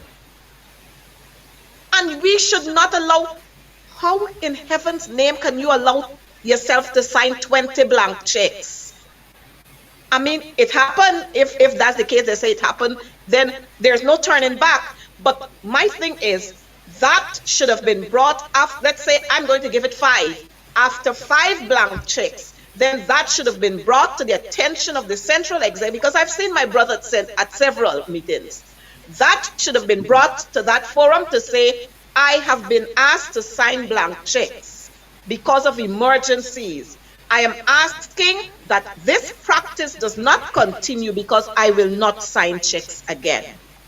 Now you sent in a resignation, and then you allow the same person who you said, I called him on several occasions, I told him this, that, you allowed the same person to almost force you out for you to submit a resignation. And then the same person to call you to make you withdraw that resignation. Something is wrong. Something is wrong. It means, therefore, that some of us got skeletons in our closets and we are scared to let them come out. So something ain't right. When I learned about that, let me say, when I learned about that, immediately I said, an investigation should be launched. Central exec meeting should be called. Let's put a committee together and launch an immediate investigation into this. But something is sounding right in that. Something is wrong. And I want to say, and then you come back and you're withdrawing that recommendation, that resignation, and then you're talking a little bit here. Sorry, confusing. It is really have an inquiry confusing, but when it comes to there has to be an inquiry, and when it comes to accountability in a party or in an organization, that's paramount. That's paramount. An organization cannot be run if the accountability is not there. Talking about accountability, my final question, guys, I don't know, Coretta, Eglon, can you guys see the number on the screen? No. You can't see the number. Oh my God, that is why the people saying, guys, the number to call, and I will repeat it. I will say it slowly. The number to call is +44 794 010 2402. That is +44 794 010 2402 via WhatsApp. I'm sorry. I posted the number in the comment link too. In the comments link. I'm sorry. I thought you guys could see the number. It's on the screen. But yes, so Coretta McDonald, Eglon Gomes. I'll go to Eglon first. Please be brief, because we are 2 hours 3 minutes into the program. So we have about 10 minutes if we don't have any callers to wrap up. We've gone way over the program. Coretta, there is this issue that concerns our members, our supporters, and everyone who care about the party. They are saying that the business community is refusing to support the party financially under Mr. Norton's leadership. And we know that if the party doesn't have any money to run a campaign, the PVP will remain there for the next 23 years. I want to begin, Eglon. I understand that no one in the business community wants to support a Norton leadership financially. Have you heard that, and what are your thoughts about that? Norton, normally based on information circulating the business community and the patrons of the party have concluded that Aubrey Norton cannot be taken at his word because everything he said he was going to do, he hasn't done. And as such, financing has dried up. The party is not in a healthy financial state.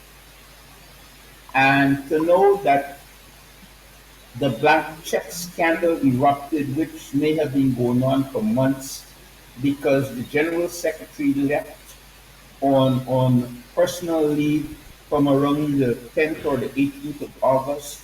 So we were talking about business being done from August to December when the scandal broke about the blank checks, and no report was being given to the central executive of the party.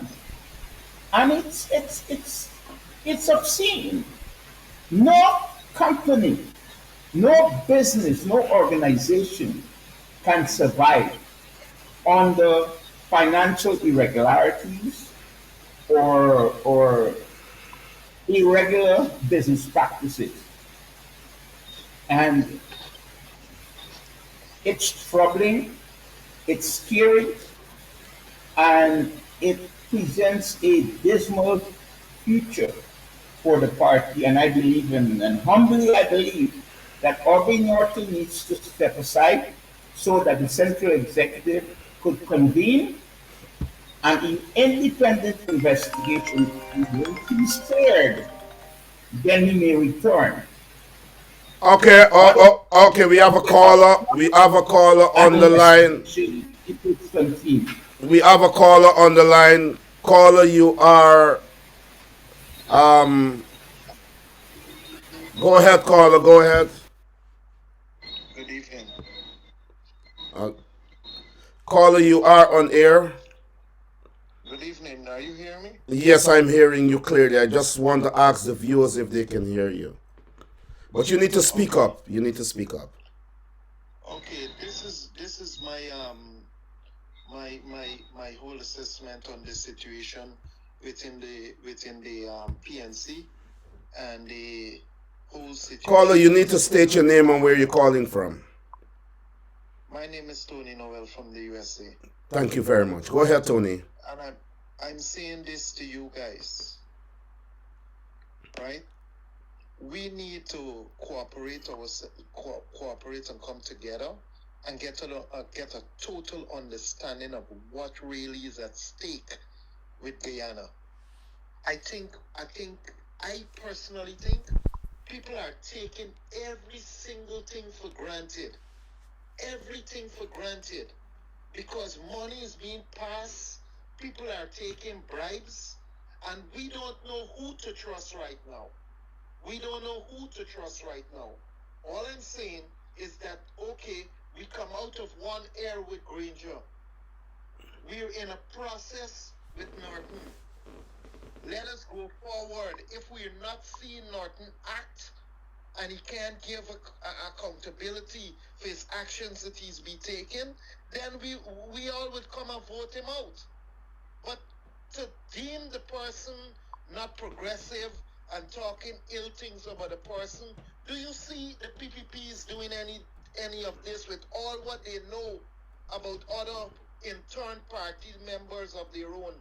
Do you see they do this to their own publicly on the national television? Come on, man. You guys, we need to get our act together and be focused, because what is at stake in Guyana is not only for you and me. It's for our children, our generation.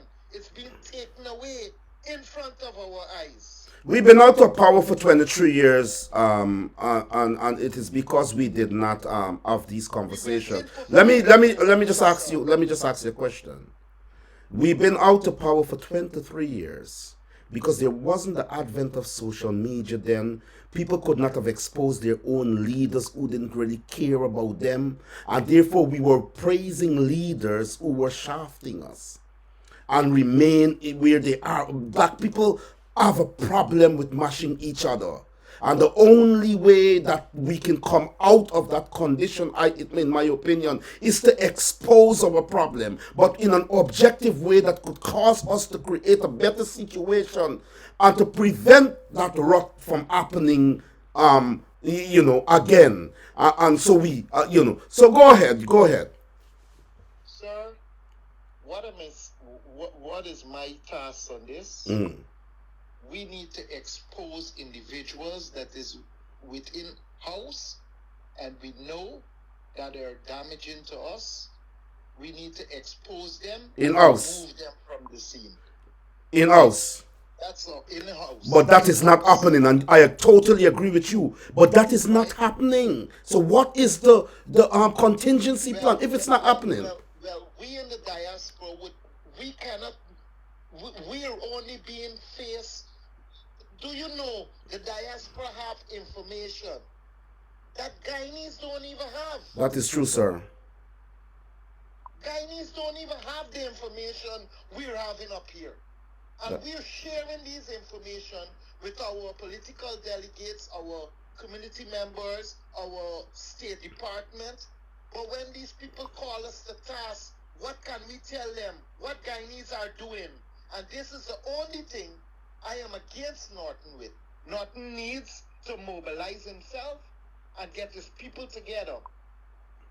That's all I could say. Thank you. Now, And let us keep supporting each other with love and harmony. Thank you very much for calling. And you know what? This is Coretta, what do you have to say about this briefly as we await the next caller? 1 second. Sorry, Coretta. Sorry. Go ahead, Coretta.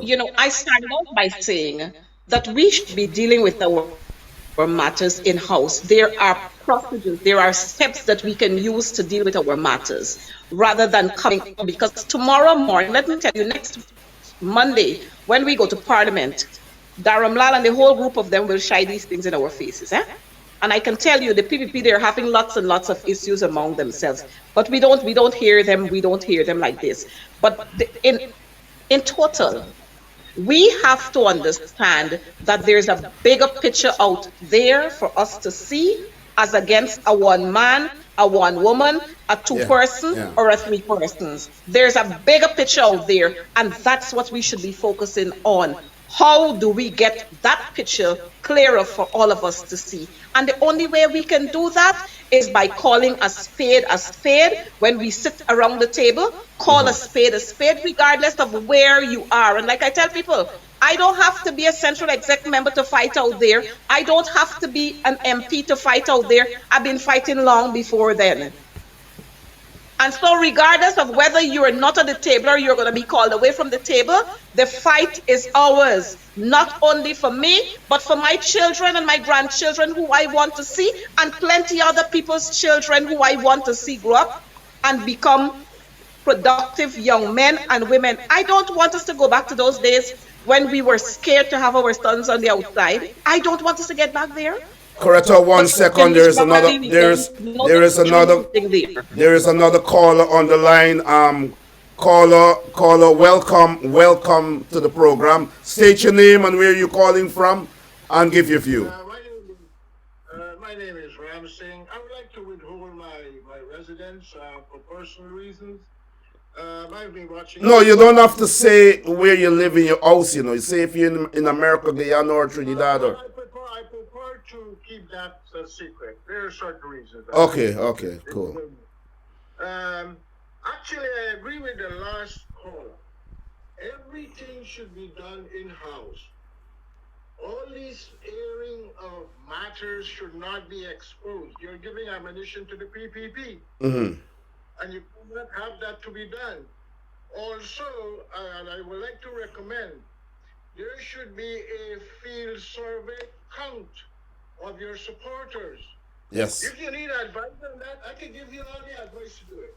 I can give you documentation how to do this. And this should be done throughout the whole region. Go ahead, caller. Yes, you're going to field, you get your support, do a field count of your supporters. Okay. You have to have a field count. I think the party has that. They know how many supporters they got and so on. I doubt it. I'm gonna tell you this offhand, I doubt it. If I ask anyone them for numbers, no, they don't have it. I think they do. But the corrector and Eglon will respond. But I want to say this to you. Do you believe that the media should keep quiet about things that is happening in a national organization that is representative of people? The media should not keep quiet. But this is a media. This is a medium of information. I understand, but the media only gets information when somebody leaks something out. But why do people leak things out? Why should the party leaks internal matters out? What you're doing, you're all giving ammunition to the PPP. Do you hear any time, whatever problems the PPP have internally, do you hear that they are leaking anything out? I mean, indoors you may hear stuff. I hear stuff from the body going on with the PPP or what have you. But it's not in the public. It is not in the public. And I like this team because you have a right to your opinion in this program and you're welcome to offer that opinion. But unfortunately, the PPP is not facing brutality, is not facing oppression, is not facing suppression. They control the wealth of the nation. They redistribute it to their own people. What we are fighting for is to ensure that we have the right leadership to push back those excesses and the distribution of the wealth to be equitable. We find that there may be serious issues in the black community in terms of unity, in terms of a lot of other things, and it is exercised and practiced in our organization. And for so long, we remain at the bottom of the social ladder and economic ladder, Chelly J. Gun say, because these are things that we did not discuss openly and publicly. Frankly speaking, I don't care what the PPP think about us. My job is to push the PPP overboard. The PPP could have any information they want. You understand? They can't use it. We have to put our house together. But so quickly, and so what you want to say before you go? I agree with you, and I can relate, and I can see the disparity, what is happening with the resources, how it's being spent is actually going, to the PPP supporters, and most of the other supporters are not reaping the benefits. Also, they are almost half of the population. And I can tell you, yes, sir. Point blankly, I can tell you point blankly. I have done my homework. I have done some intensive analysis of the last election. And it was pretty darn close. Something happened, and I know what happened, and I share that information with members of the PNC. Thank you so much for coming on this program. We will be having more programs where we give the general public, wherever they are, an opportunity to give their views. I want to thank you very much and to say have a good evening. Same to you, Mr. Norman Brown, and your guest. Thank you very much. Eglon Gomes, what are your thoughts as we await another caller?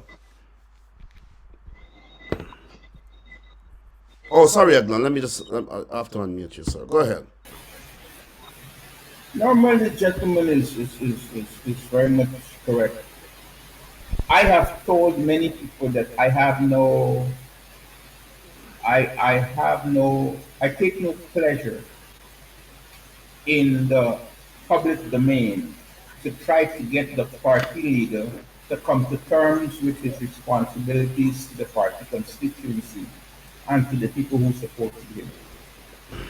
And it is for that reason I know as far back as June of last year that it was necessary, and I did tell Aubrey Norton that he would be held accountable like his predecessor.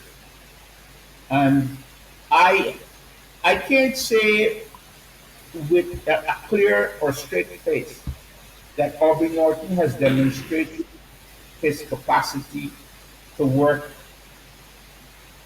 well with others and a team. Every attempt to have a constructive criticism about team building and working with others, Aubrey Norton reacts as though someone is out to get him. as recent as 2 days ago, he is on record of trying to pull down, to tear down two of his team members who has been there through thick and thin to represent the party's constituency and making all kinds of threats. And it's very unfortunate. Who are these? Who are these members, man? You have to let the world know. Well, he was calling. He was saying he's going to deal with Royce Ford and Amanza Walton and Ganesh Paul. And these are hard-working comrades. You know? But is that factual? Is that factual? Is that real evidence or is just hearsay? I don't think it's hearsay, sir. But you're not sure it's factual? I have recorded conversations that I would prefer to keep to myself. Okay, let us go to Coretta. We have to close. We will take two more callers. The number is +44 794 010 2402. I've placed it in the comment section. And so, guys, we'll take two more calls. But let's go to Opposition MP Coretta McDonald, who is also a central executive member of the PNCR. Coretta, we're wrapping up now. You heard what Eglon had to say there. Are you aware of anything of that nature? Sorry, Coretta. Let me. Yeah. Like everything else, you hear rumors here, you hear rumors there. At one point, I heard, don't bother with Coretta because if she thinks this is GTU, this is not GTU, so she can come and control here. But that was just a passing for me. My thing is, I know where my focus is, and I continue to focus there. So sometimes when we hear these kinds of flyby gaff, we have to take them with a pinch of salt, because I know today the opposition leader and Ganesh, they were having a meeting of some sort, because he has a work that he has set aside, some task he has set aside for Ganesh to do. So I don't know what the kind of talks you're hearing. So, but we have to be very careful when we hear these little talks, because these talks might very well be coming from persons who want to create confusion, more disunity and mistrust among us, to distract us from where we ought to be. So we have to be very careful with them. If we have the persons whose names have been mentioned, if those persons are crying out personally, then that's a different issue. And I would urge that they use the mediums that are accessible to them. Yes. And state their if there's no concern. solution inside, state their concern. Rather than you spilling it out here, spilling it out there, and I'm just saying, I'm not saying that they're doing this, but I'm just saying if they are doing that, then it doesn't make sense. It will not solve the issue. Again, Coretta McDonald, when I have my issues, I go to the source directly and deal with my issues. So when I leave the meeting place, I am satisfied that you would have said A, B, C, D to me. If I see different tomorrow, then I know where to draw the red line. Okay, 2 hours, 23 minutes into the program, 24 minutes, 2 hours, 24 seconds into the program. 24 minutes into the program, sorry. We are about to wrap up now. Coretta, we identified the problems. We are going to close this program at 2 hours 30. Solutions. With all that we discuss within the party, if you were to go back to the party tomorrow to speak to everyone, to arrive at a solution to push back all these things, to say that these things got to be handled, they have to be stopped, they have to be, you know what I mean? What would you say to the party? First of all, let me address our viewers out there who are members of the party. If you are aggrieved, then you need to come in and let's talk not only about your grievance, but let's find solutions to them.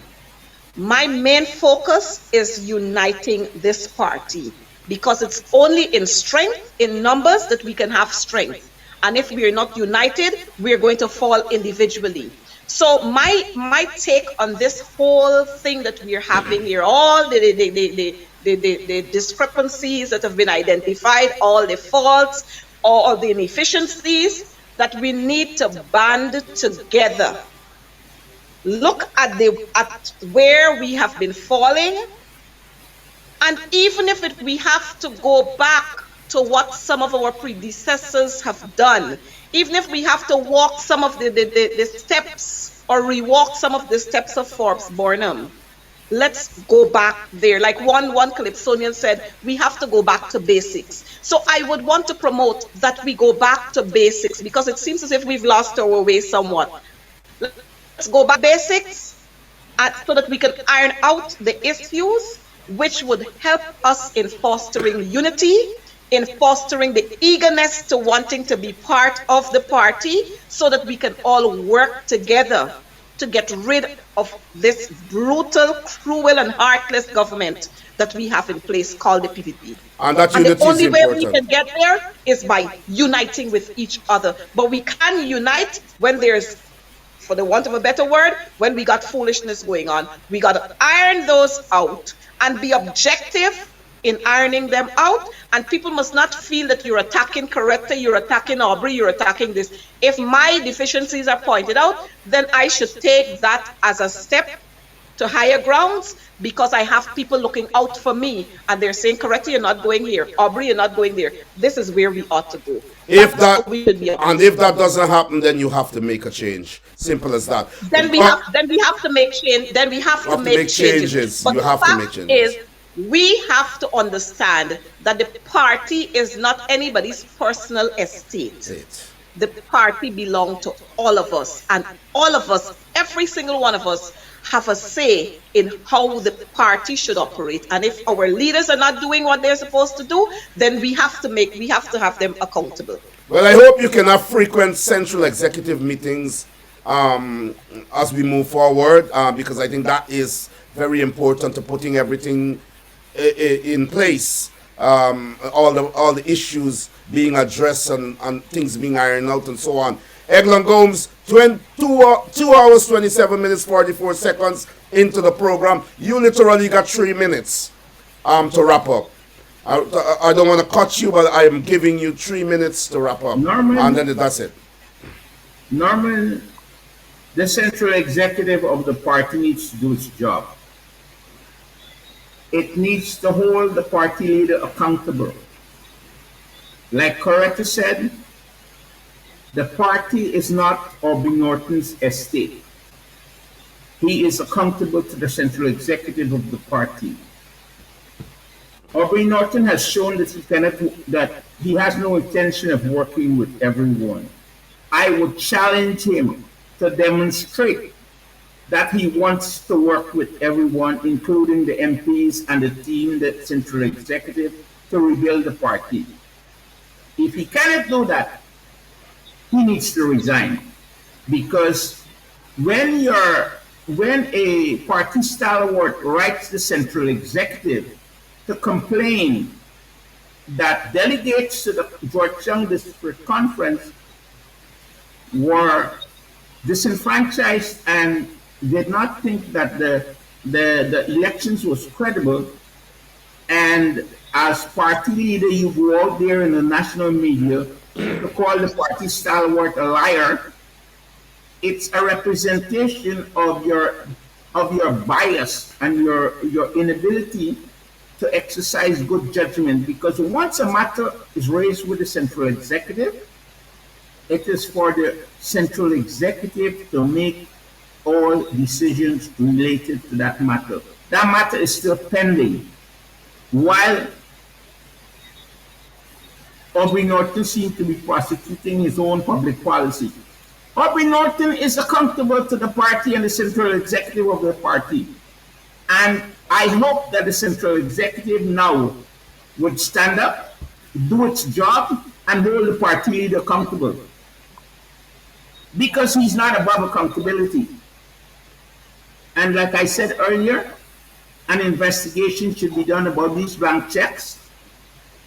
And I want Aubrey Norton to know that I have recorded information that he would not want to go into the public domain. And I expect him to be impartial and allow the central executive to do an investigation into the financial irregularities that he was involved with the blank check signing. It is unacceptable. It should not have happened. And I hope he would take steps to immediately fix the situation and try to work with his team rather than trying to tear them down through malicious politics. Thank you very much. Opposition Member of Parliament and Central Executive Member of the PNCR, Coretta McDonald, and Eglon Gomes of the USA PNCR group. Thank you very much for being here on Voice of the Diaspora. I think this conversation was fruitful. I believe that the party will raise its head. I believe that they would be pressured by this expose to do what is necessary.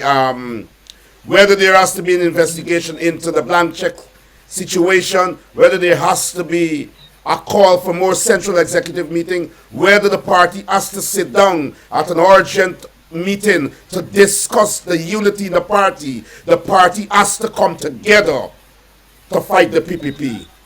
The party has to come together to be a viable force to remove the PPP. This is the reason why I'm here tonight. This is the reason why I'm making it public, that you, the members and supporters, can help in pressuring the party to do what they ought to do internally to get it right so that we can be viable to win an election. Thank you very much. I leave you with the words of Dr. David Hines, a political activist and a representative of the WPA.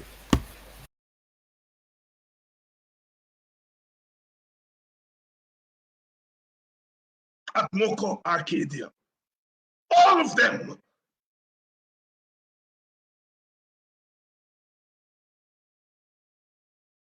One man. Because in a boxing ring, if you don't throw punches, the referee will give the fight to the other side. Very profound encouragement. That is the kind of leadership we want to offer Guyana. Not a leadership where we tell you what to do, but where you told us what to do. My brother was very clear about what he was telling me. I've known him all my life in that village. Very quietly.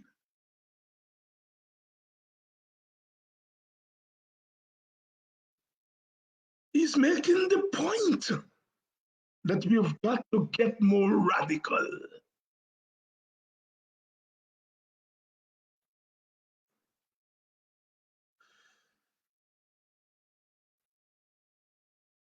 Or the sister, clearly not a rich woman,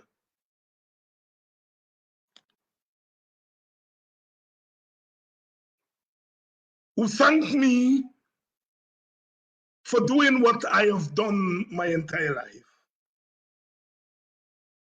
And then she squeezed my hand and said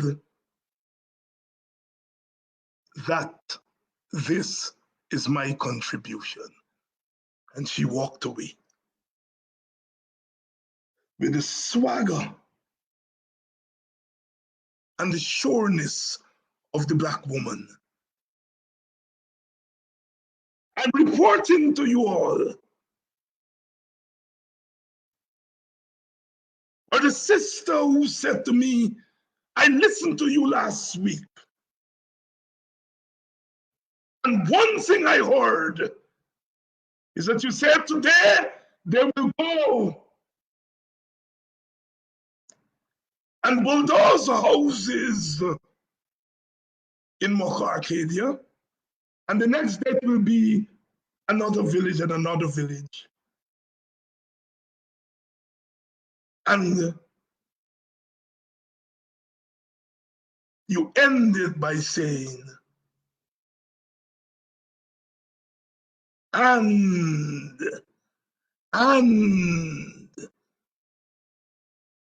they may come to Buxton. And she wanted me to know that she heard that. And that they're not coming to Buxton, that she as a woman is prepared to ensure. Because as I said, and God forbid that they will come to Buxton. We gotta get radical. Radical. Radical means get to the root. That's what radical means. Reform, which is maybe the opposite of radical, is that you think with the branches or the leaves. Radical, you get to the roots. And those people at Buxton made it very clear to me, if you are prepared to throw punches, if you're prepared to be radical, we're with you, my brother. We got to get radical. Brother Bob Marley said so much things to say after he was shot in 1976. He said, I've got so much to say. I never forget no way that they crucified Jesus Christ. I never forget no way that they stole Marcus Garvey for rights. I never forget no way that they turned their backs on Paul Bogle. So don't you forget. No way. Do not forget who you are and where you stand in the struggle. That's Brother Bob. So much things to say. So much things to say. Don't forget who you are and where you stand in the struggle. If you're African, understand that where you stand in this struggle is that you are under attack.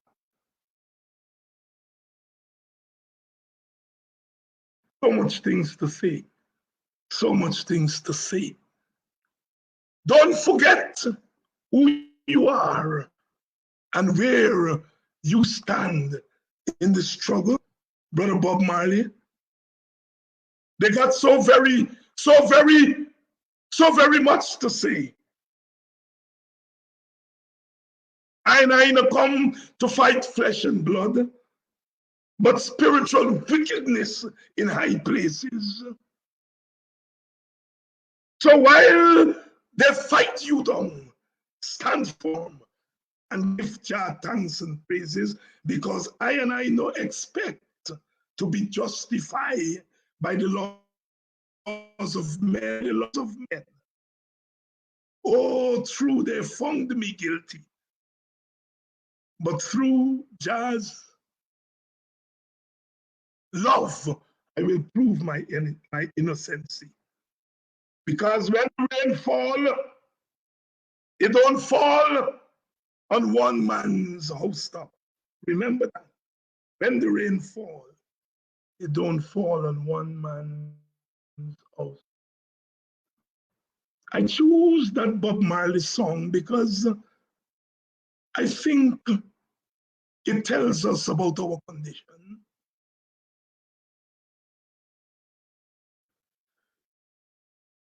They keep fighting us down.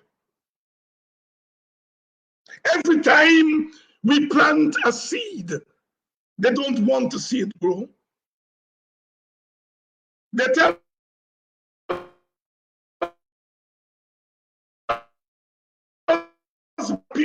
do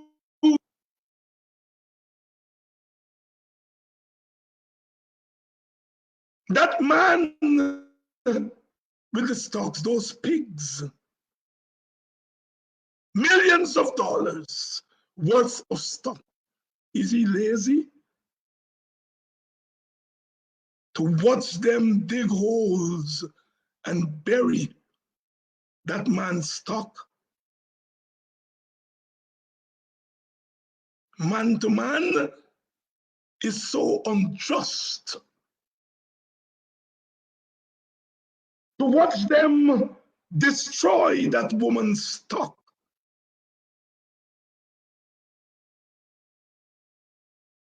She provided a service. She owned these are business people, entrepreneurs. And they tell us black people don't do business. And we do business. And they send bulldozers to destroy the businesses. And tomorrow they will tell us that we don't do business. Black people, arise. This is not the hour to be asleep.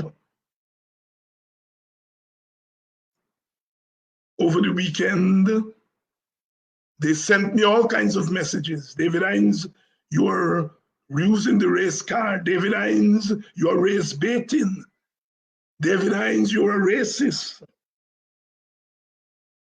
My brother Lincoln sent me a number of messages that they cuss him. And while they're cussing him, they're cussing me. We've reached the point in Guyana, unfortunately, where every cow is crying for his own calf. And perhaps African people are not crying hard enough for their own calves. We have reached the point where our brothers and sisters who don't look like us are prepared to watch us being murdered. And they justify it because it is the act of the government that they voted for. But you cannot expect other people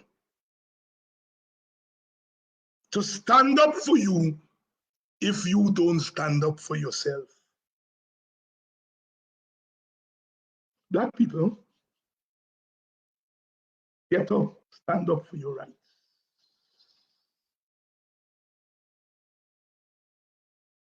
And if you decide you're ready to get up and stand up,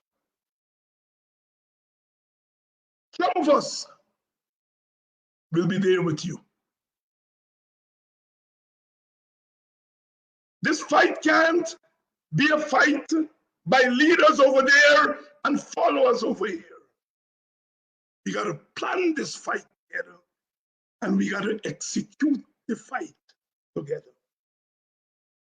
I think we get in the wrong thing, then we say, what Aubrey Norton doing?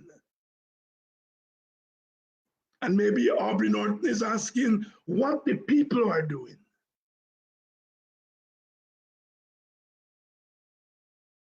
We are at that point now where we've got to make our mark. We've been hearing all kinds of narratives. The Americans don't want no demonstration because they don't want instability, and we've been hearing all kinds of things. And it's been 2.5 years. And we are being beaten down every day. The story of Moko is a story of robbing Black people in broad daylight. It's not an individual who's robbing Black people. People are telling me about some Mohammed. Maybe I don't know if they're going to give Mohammed the land, and maybe people want to fight that fight. But I'm not fighting Mohammed, I'm fighting the government.